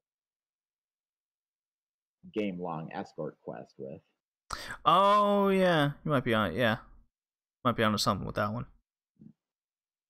I've said pretty much my piece. Now for Kevin's turn. It's Farah, not Farah. Tomato. Okay. Kevin, positives. Hi. Combat was, I mean, it was repetitive, but it was very familiar, I guess, after playing Batman and Assassin's Creed and everything like that, so I kind of like the rhythm it got me into. Mm-hmm. The platforming was good. I did like a lot of the...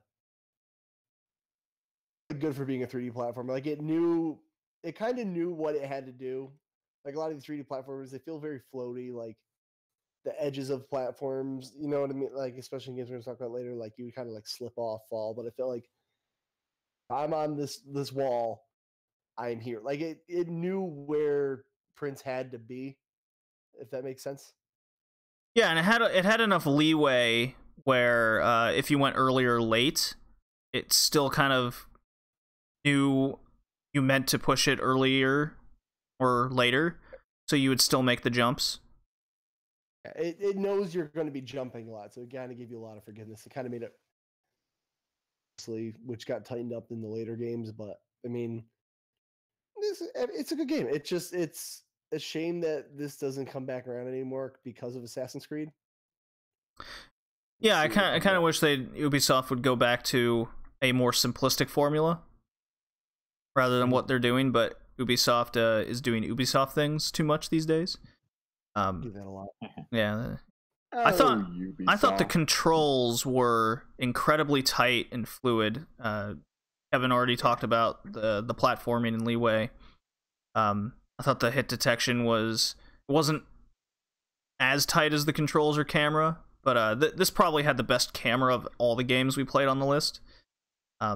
I definitely highly enjoyed the writing, its narrative being told. The characters felt real. Despite the game being kind of giving you that Aladdin Disney ripoff, just telling a different story kind of deal, I think it still fit. To me, it also came across as kind of a Arabian Nights kind of deal, which I think that was the goal over the Disney Disney segment stuff. I think my favorite part of the game was the level drops. So it'll drop you into a level or an area, and then what will happen is the camera will pan to somewhere else on the level, from where you're starting to indicate that's where you need to go. That's your goal. And it kind of hints, very subtle, to where you need to platform around the area in order to get there. And that is the crux of the game. And so when you make it intuitive, but not giving you the answer, just flat out outright, it gives you a goal by it's a good example of show don't tell. Yeah. The game loves showing you what your goals are instead of just going go here, no indication where or anything. And that was a big issue with Sonic Adventure. It was go here, but you don't know where to go. Or, well, shit, Sonic Adventure wouldn't even tell you. I take that back. It would just take you out of a stage and you're like, all right, now what? So, not a lot of things. I have almost nothing negative to say about this game, actually. I think there was just a couple areas where you would get a difficulty spike from enemies respawning, and you're in a cramped space. You're hitting a wall a lot of the times, or you come across like multiple enemies in a cramped space that just block you all the time. Like, that's it. I don't have a lot negative to say about this at all. It's quite tough, considering I guess I'm known to be overly critical of a lot of things. What about you guys? What are your negatives? Back at Prince of Persia. I'm sorry, Kevin, I didn't catch half that. I'm just mad at Assassin's Creed. That's my big criticism. Okay, well, that's good for Prince of Persia: Sands of Time, then. True. Yeah. The only thing I said before was that combat gets a little repetitive after a while, but it's still fun in the end. Aside from that, don't really have much negative to say. What is a good game? Excellent. Initially, this is a fun fact, the game sold incredibly poor. And it was heading towards flop territory. And then all of a sudden, it gained an extremely strong following in Europe, specifically Central Europe. And then when it got critically acclaimed over there, I guess reviewers weren't reviewing the game because of its being sold so poorly. Once that European following gained ground in the first few months, the rest of the world then kind of caught up and got the hint, this game's good, and it became successful, and it ended up selling well. And that is kind of the same trend that a lot of the early Ubisoft games would do. An example of it having a strong cult following, but then still selling poorly because nobody ended up not getting it, was Beyond Good and Evil. Oh, yeah. Critically acclaimed game, everything done well, good characters, and then it just sold like shit. So this was on that path. It just happened to get this one little big strong following in Europe, and it led to success. And two very good sequels. With 2 different themes. 3 different themes. So cool stuff. Easy pass from me. Game goes for about $4 across all platforms. So, pick your poison. They're all good. They're all good. Yeah, easy pass from me too. Alrighty. What is your Go on? I have to apparently run to my grandma's, so can we run through my games real quick? I'm supposed to be there for some reason. Sure. We'll Can you do do this your second pick last. Colin. Okay, sure. All right, Kevin. I'm sorry, I just got word. Apparently, she's 95 today, and I'm supposed to be there. Oh, okay. I thought we had 10 more minutes, but that's fine. Oh, I did. The thing is, I'm not even talking about the other thing. I just told my friend, like, hey, I gotta delay that. Okay. So, my life is a fucking mess. Anyway, Go on your first pick, Kevin. First pick, Jak and Daxter Precursor Legacy for the PlayStation 2, developed by Naughty Dog, published by Sony. Protagonist Jak as he tries to help his friend Daxter after he's turned into an Otzel. You know what? I didn't even know this animal existed, but it's apparently fictional hybrid. I heard that before. Read the Yeah, rest. No, like I somebody used that anyway. It's a fictional hybrid of an otter and a weasel, and with the help of I can't even talk anymore. I'm a fucking mess today. The pair learn that they must save their world from Gaul and Maya Arsharan, who plan to flood the world with dark eco, which is some dark purpley black substance that makes you die for reasons. They really don't explain it other than you just die and go crazy. It's the bad gooey stuff. Yeah, whatever. I watched Root Gushers commercials before. So the game is very much like Crash Bandicoot, but there's a lot of double jumping, rapid spinning kick. I like this is the game they wanted to make instead of Crash. Does that even make sense to you guys? Yeah, it does actually, and that's that exact phrase is in my notes too. I mirror that. Before I even went into it, I really feel like like how we were talking about the graphic fidelity before. Mm-hmm. And if you're gonna make something look cartoony, you make an animal. But I feel like they got the technology down there. Like we could make this human with big ears. I guess this is fine. Sure. Yeah. So the levels were kind of big and open ended, but what I had to do is before again, like how Kai was. There's a goal in this level, but I couldn't really find the precursor orbs. Out a guide and be like, which ones do I need on this level and how do I get them? So the answer wasn't always obvious to me. Yeah, I came across that as well. That was one of my negatives. You have different ecos. You got green for health, blue for speed, red attack, yellow is some kind of projectile, dark equals. I like how you wrote pain. That's yeah, nice. It's bad. It causes you the ouchies. Light, I didn't even really find light because I know it's like the super secret thing, but I never found that. Yeah, it's near the end game. Yeah. Not a lot of boss fights in this game, which I kind of thought was a big missed opportunity. That was a big negative to me, because it looked like you're just going through the motions of all the different extended levels, but no payoff to those levels. There's only 3 bosses in the entire game, and that includes the final boss. There's 2. Which the final boss wasn't even that good. No. So, kind of a missed opportunity at that point, but I feel like this game started off strong, and then the levels kind of got more and more like. So I don't know how you guys feel about that. Mm-hmm. I love the double jump. That was very important to the game. Easy camera, smooth as silk gameplay and action a lot of the times. It felt like Crash times 10. No load times, which was huge. That was like unexpected, especially coming from a disc-based game.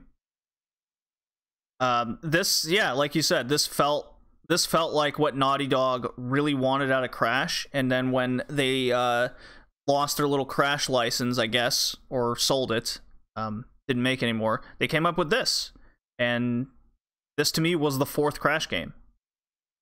You know, they took all the formulas that worked in Crash Bandicoot, came up with a new IP and character, and this is what they came up with. I love the life bar, the life meter, as opposed to the single hit system, which was in earlier generation platformers. The objective to gather power cells, so just like in Tai with the Thunder Gem eggs, and various attacks within a level. Very similar Super Mario 64 formula with your Crash Bandicoot action gameplay. So it worked very well together. Good combination. Lovable characters. The story is a bit, hit or miss at times. And like you said, the boss battles, they needed to be there, basically. I felt like no goal other than here's the orbs you need to progress. Yeah. No, and then in my experience in the other 2 sequels of Jak and Daxter, diverted from this formula instead of refining it to what we wanted. Is what hurt the series in the end. But a lot of people seem to prefer the kind of more open world aspect that it went through, the GTA formula, you might say. But Naughty Dog knocked it out of the park with this game. My personal opinion. All right, Colin, what do you got? Yeah, I agree with pretty much everything you said, even though I didn't really Crash Bandicoot the way you did, Mm. but still love the gameplay. And the graphics and visuals were very well done in this game. Everything's vivid, colorful, well defined. Animations are very smooth, especially for the time. And music and voice acting is great, especially with Daxter. I mean, Daxter could very easily have been really annoying, but his voice actor pulls off the part really well. Delivery's spot on. And even though Jack is silent in this game, although not in the sequels, he's able to get across a lot of emotion just in his facial expressions. That's true. That's true. Similar to Link in Zelda Wind Waker. A lot more animated between Jack here. Yeah, that's funny how Daxter would. Like, you'd think Jack is gonna speak, and Daxter would just be like, "Exactly. I'm glad you agree, big guy," kind of deal. Yeah. He just kind of smirk at him. He's like, "All right." Yeah, I wish I'd mentioned Daxter as one of my favorites in the Character Origins cast, but oh well, too late now. Oh well. I've actually never played the spin-off game on the PSP where it's just called Daxter. Oh, Yeah, well, me that either. is spin-off game. Never mind. What do you think I was referencing? The racing game? Hear one that wasn't made by Naughty Dog. Okay. I like the racing game. Naughty Dog I mean, games. it's not as good as the other three, but I liked it. Well, one last question then for Jack and Daxter here. What did you guys think of the range between the missions and the mini games? They were kind of integrated together. Yeah, it was okay. Some are better than others. I didn't really like the hover bike one in particular. I remember that. Yeah. It was okay. Yeah, I thought they worked well together. I don't really have any major complaints. I thought the range of it all was done well. It broke up the monotony, and being that there wasn't a lot of boss battles, that was very welcome. Yeah. Easy pass goes for about $5. Same, easy pass. Yeah, I loved it growing up. I mean, one of the other games I rented a lot from Buster without actually buying. Sure. All right. I'm Kevin? still mad at this game. All Well, right. why are you mad at it specifically? I told the story about the what's it called, Daxter. Oh, okay, gotcha. I'm still mad at it. Still haven't played Jack 2. I wouldn't say you need to play Jack 2. Fair. And then we are on to Ratchet and Clank, the original for the PS2. Cheap old 3D platformer made by Insomniac and published by. The plot follows an anthropomorphic character, Ratchet, meeting his new best friend, Clank, on his home planet. Clank discovers that the villainous chairman, Drek of the Blarg rate. This sounds like the worst, like of a sitcom, like a kid watching a show. Drek of Blarg erase plans, did you say? To create a new planet for his species, destroying other planets in the process. Clank convinces Ratchet to help him in his mission to gain the help of the famous superhero Captain Quark. Focused around a variety of goofy, silly weapons, all with stupid names, and they have what's the word I'm looking for? Over-exaggerated effects. There's of a wrench, because his name's Ratchet, Ratchet. Yeah, it's fun. Yeah, lol. Right? And obviously you collect nuts and bolts, like Banjo-Kazooie, and you buy more weapons, and essentially it's an action platform with a little bit of early third-person shooting. Yes. Yeah. Get to a planet. It kind of gives you one or two paths to go. You find the mission of what you're supposed to do. Move on to the next planet. Rinse, repeat until you win. Yeah, I love the alternate path level designs for the task completion. I thought it gave more identity to the world and the inhabitants that live there. Tight control system. I love the characters. It's funny you mentioned his new best friend Clank, where actually they didn't get along at first. No, but they're friends now. Well, they're friends now, but at first, contrary to thought, they kind of hated each other. Well, at least Ratchet was like, Clank, get off your high horse. Live a little. Why am I gonna risk my life for some shit that doesn't affect me directly? And then it affects him. Yeah, later in the game it comes to a head for yeah. sure.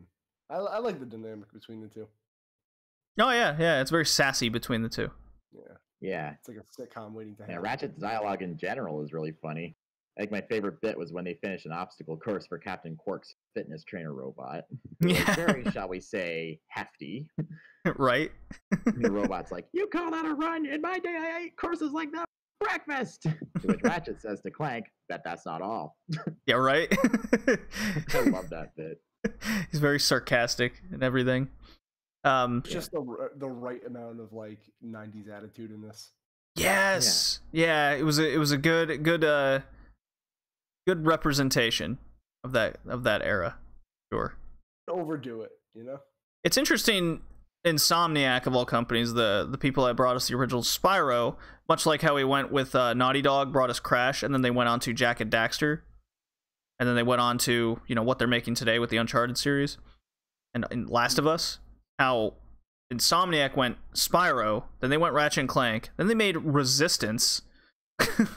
Yeah. Every generation they wanted to do something different, you know? Yeah, way different too. And then this gen they made Spider-Man. Huh. Man. Pretty crazy. Oh, they had Infamous. yeah, did they? That was Sucker Punch. I get them mixed up. Yeah, that was Sucker Punch. Yeah. Whatever. Same company. So, two big things that this Ratchet and Clank, the first one, didn't have, and that was the life bar system. It had the 3-hit system for a long time of the game, and no strafe ability, so no left and right movement for supposedly an action shooting platformer. Playing the second one now, let me tell you how essential that strafing is.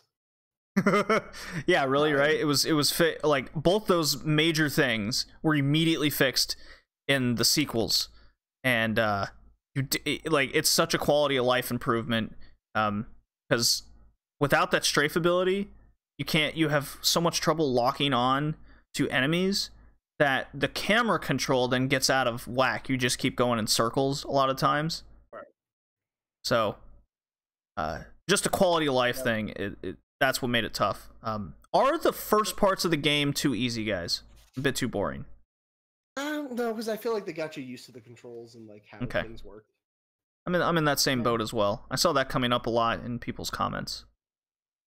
Yeah, it wasn't too bad. With like now we're really getting into 3D platformers. Like you needed to learn how to play.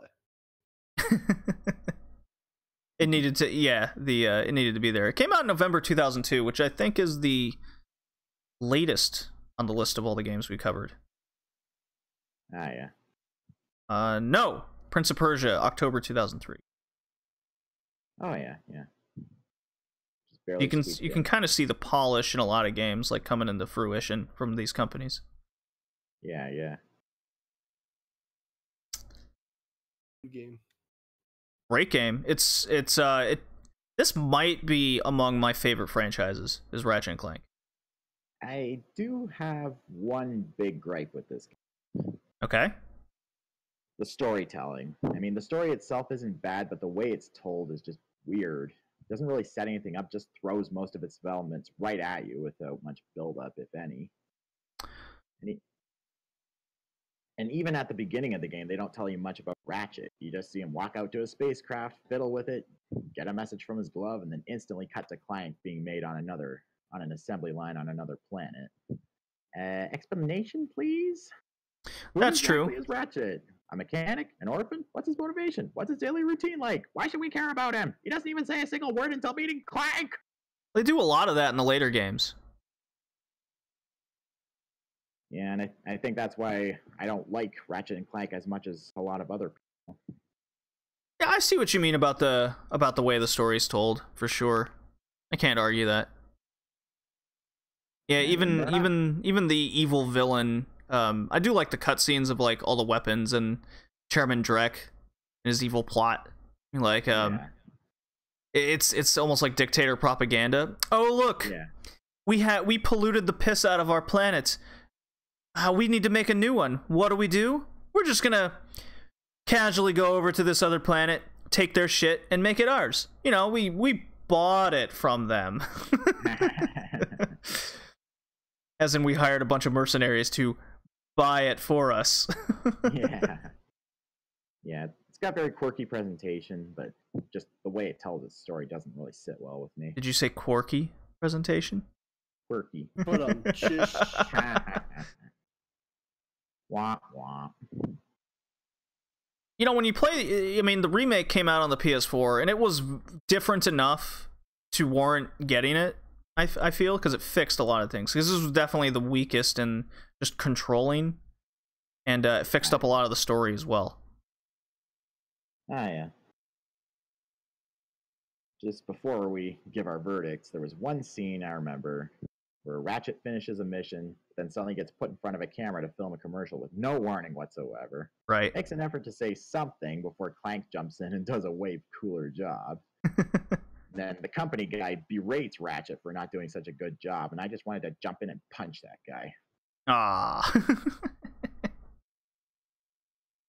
Like, what the hell did you expect, pal? Well, Yeah, Kevin, do you need to go then right now? Dude, my life is a mess. I am All right. so sorry. It's okay. Me and Colin can take it from here. You know, as usual, just give me your audio file later. Yes, sir. Hope to have it earlier than I'll be later better. this time. I'll be better this time, I promise.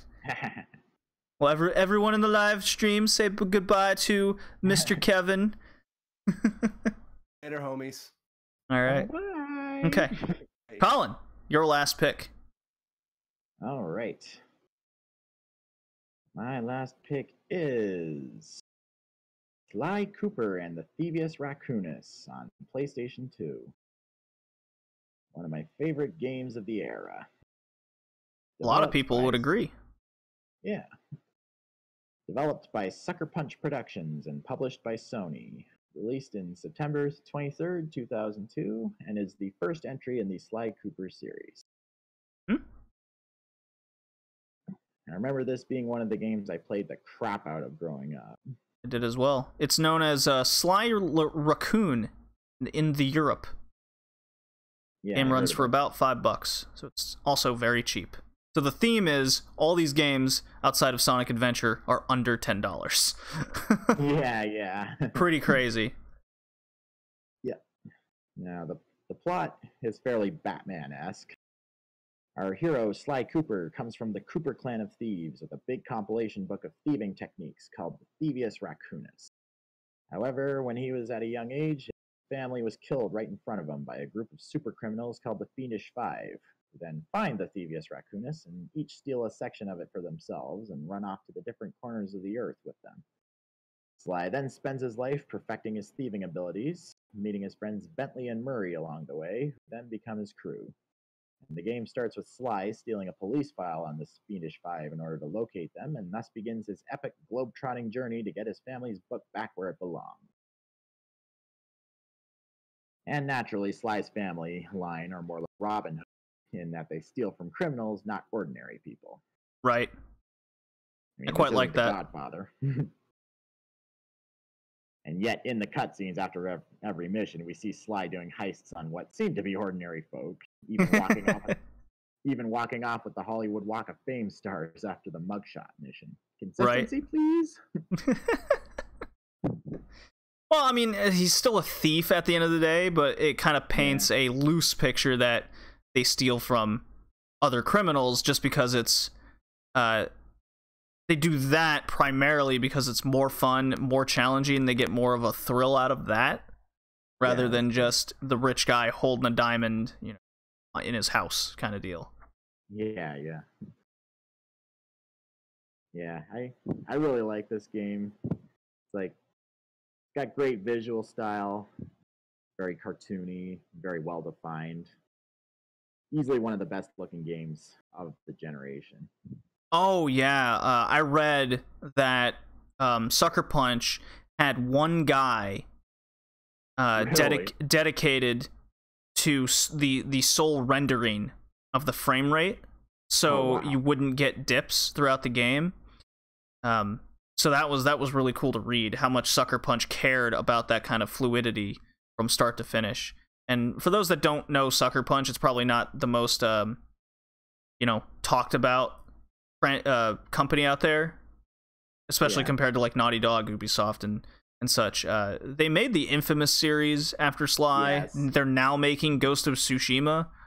Oh yeah. They made Sunset Overdrive, I believe, if I'm not mistaken. So much like Naughty Dog and even Insomniac, it's another company that kind of reinvents itself to stay relevant and make good games. Really cool. I absolutely adore the art style, that cell shading rendering variation. Has the game, it keeps the game aging very well. I love the I love the film noir feel of it all. How each act seems like it's a self-contained movie. yeah, I really like that. Like with the little movie poster thing at the beginning of every heist. Sly Cooper in, the thievius raccoonus. That's kind of what they're going for, and there's different acts within. This felt like the most anime style game on the list because it has that kind of James Bond Lupin the Third feel to it all. And how all the characters have their tropey kind of variations to it all. And this kind of goes with what the articles I was reading over the times, like with animals, you kind of associate traits with them all. So what do you associate a raccoon with? Well, he's because he's got the bandit mask kind of deal thing going on. He's a thief. Ah, there you go. Yeah, I like that. And I've noticed, I always like the animations of Sly's tail with it twitching every so often when he stands still, and how it swishes when he runs. Just a level of attention to detail I always like the sucker punches. Modus operandi with developing games. Mm-hmm. And I also like the idle animation where a cricket chirps and Sly immediately jumps to attention. Yeah, everything this game did was done perfectly to an extent. Like the use of stealth into the levels, the characters, even the boss fights felt incredibly unique to each other individually. I love the use of collecting coins, and when you got 100, you would get a little horseshoe that would go around your character, so it gave you incentive to collect those because they gave you an extra hit. So it kept the the one hit difficulty death to a degree. So at the same time, a bit of a health bar type thing too. Yeah. It gave you more. It wasn't like Ratchet and Clank where it was just you would get this one thing and you could get hit just as easily. Because what Sly did was each level were like messages in a bottle, and you would collect that amount that's in the level to unlock a safe. You get a safe code. That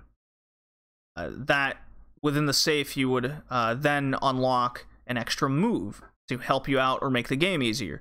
So, for example, the first one you get on the kind of entry level is you get a jump attack, so you can attack enemies quicker. Go. And it goes along like that. So there's a lot of incentive to what you collect in these levels, and for being such a stealth first, fight later kind of game, they all come in handy to work with each other, especially as the levels progress. Yeah, the gameplay is just solid, rock solid. It's like swinging mechanic felt completely natural and smooth, something I wish Bonk had done. That's very true. And pretty much everything you do with Sly's cane is well done. I mean, they utilize that to its fullest here.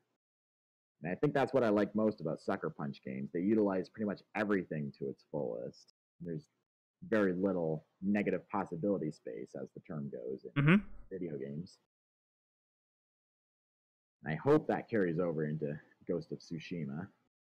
I think so it will. I really do. And it's interesting because the last three studios aren't technically owned by Sony, right?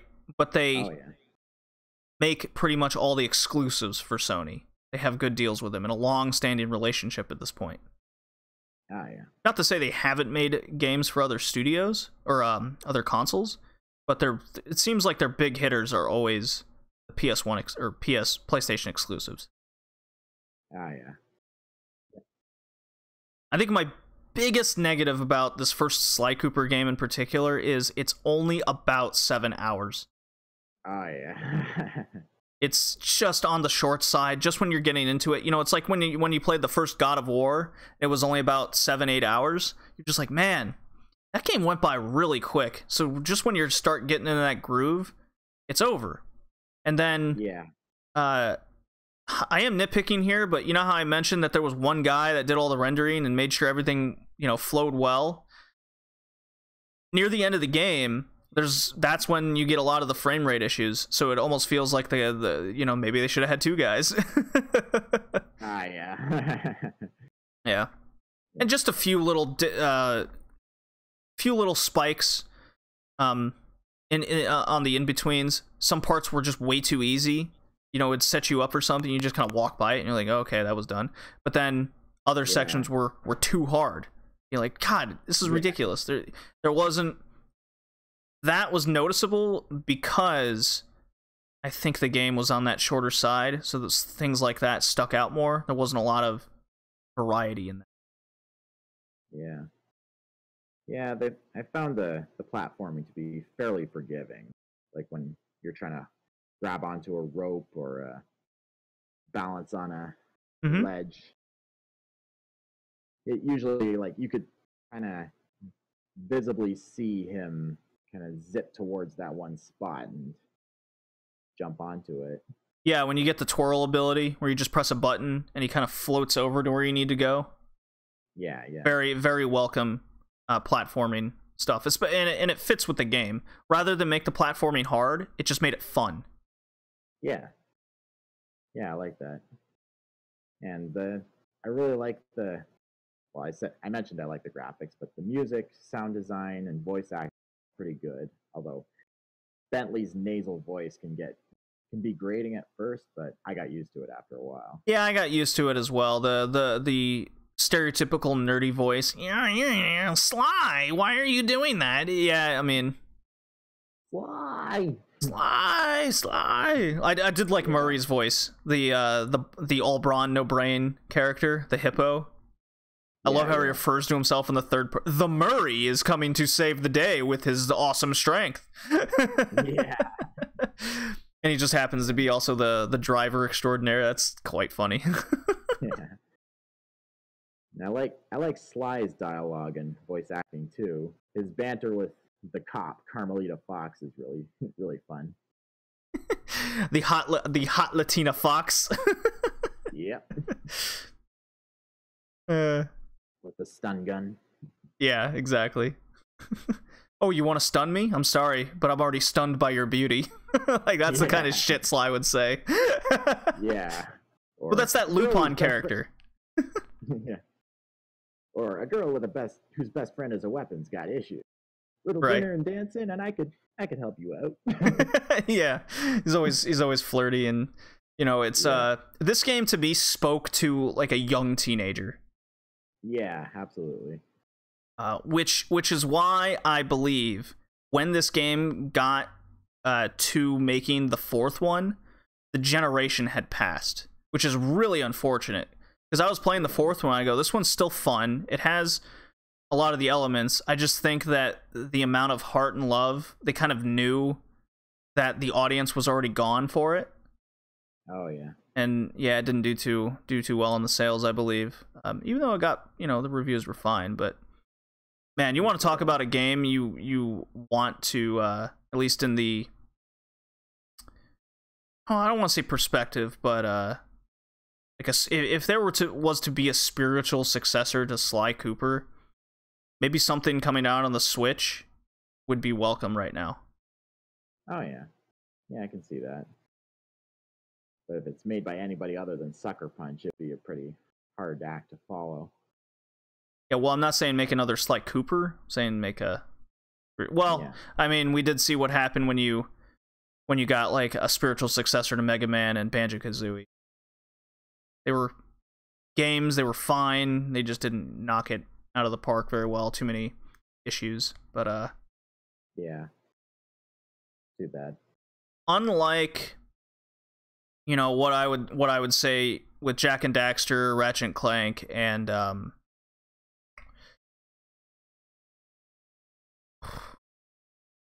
maybe those are the other two.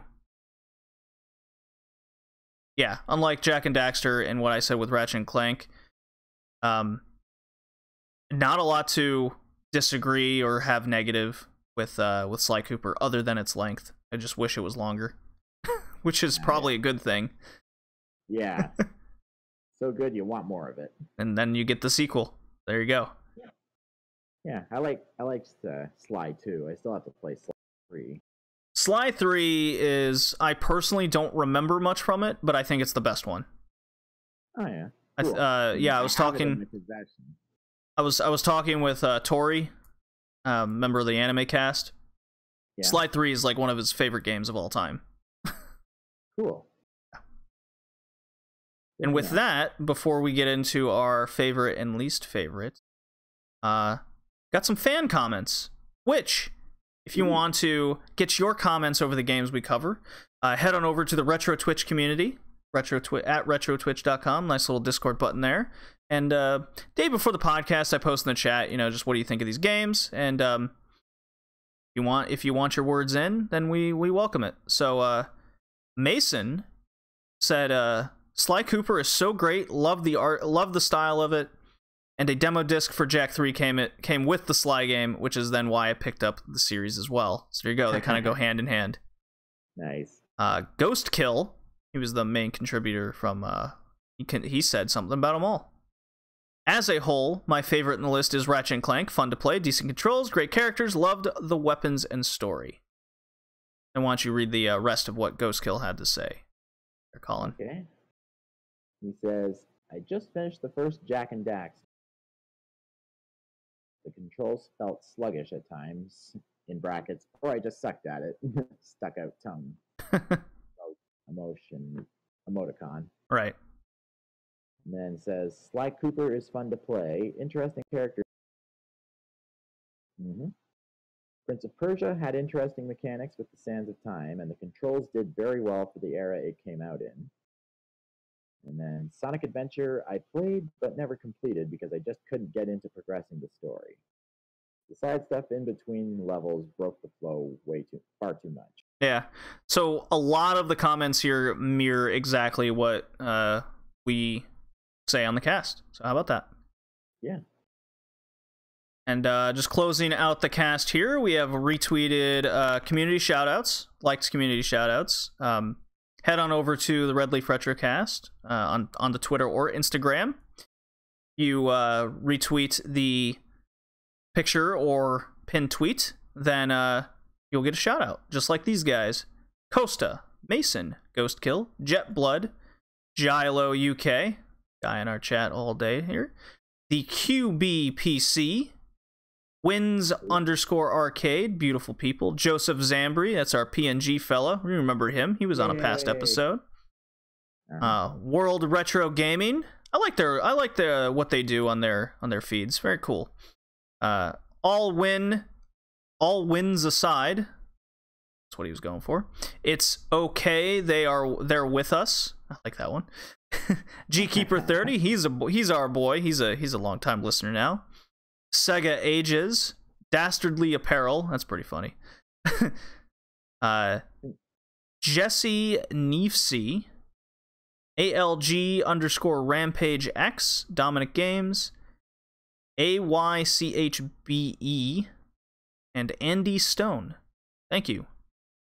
Look at that. I think that's the most we're getting now. So we're gaining some ground here on the little shout-outs, getting our community more and more involved each episode.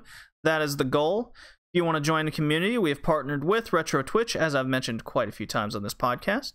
Join their Discord, easy to get into via twitter.com/retrotwitch.com. So, Colin, what is your favorite and least favorite of the cast? Favorite? Ah, man, I am so torn between Prince of Persia and Sly Cooper. Just such a close contest. I think just barely, I got to give it to Sly Cooper, just because it felt like a more solid game and had more personality to it. Mm-hmm. But Prince of Persia's gameplay is phenomenal, and great storytelling and characterization and graphics, all that good stuff. Like just barely, Sly Cooper's just barely above Prince of Persia. Sure. As for worst, probably a surprise to no one, Sonic Adventure.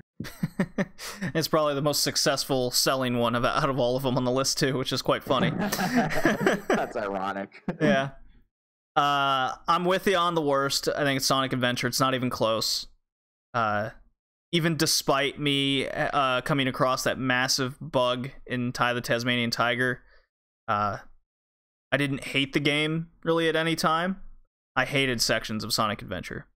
As for the my favorite game, I would be lying if I wouldn't say it's Ratchet and Clank. I mean, it's basically my favorite franchise of the game. So I'm instead going to say what I think is the best game that we covered.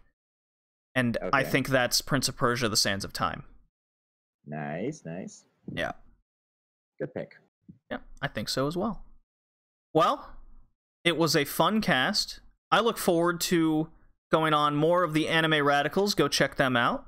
Anime Radicals via Twitter and all of your favorite podcasting sites. They also have a Discord community you can join. I'm a part of that. A lot of fun over there. A lot of fun guys. Be on some more future episodes. That's our last shout out. Join us next time, everybody. See you later. Bye now.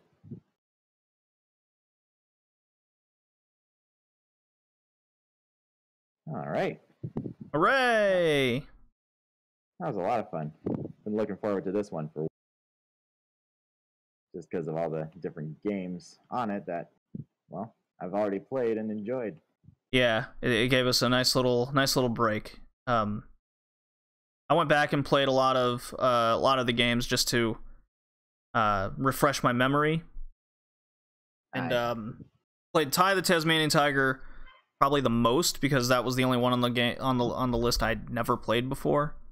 Yeah, same for me. It was funny though. At the end of the day, I wanted to play Sly Cooper.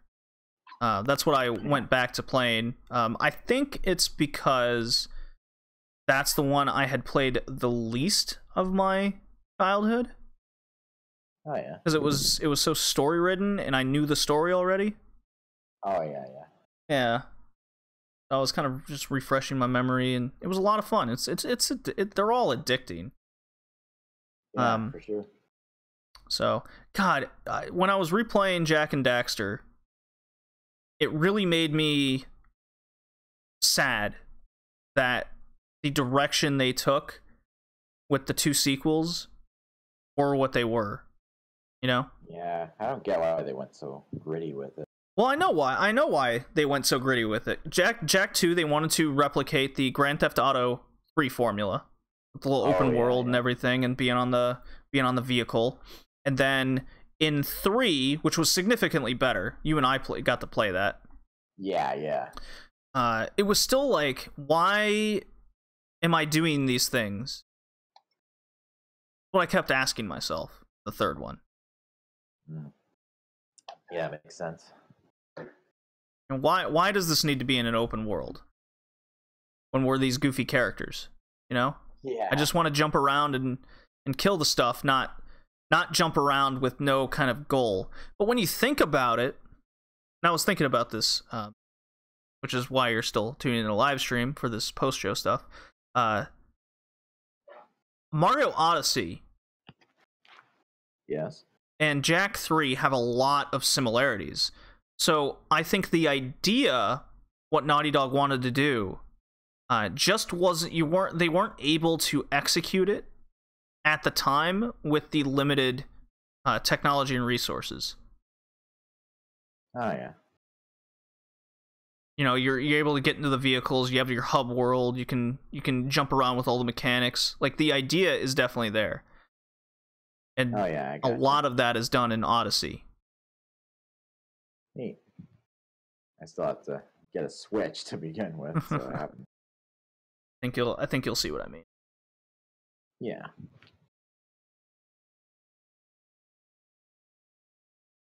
All right, everybody in the live chat.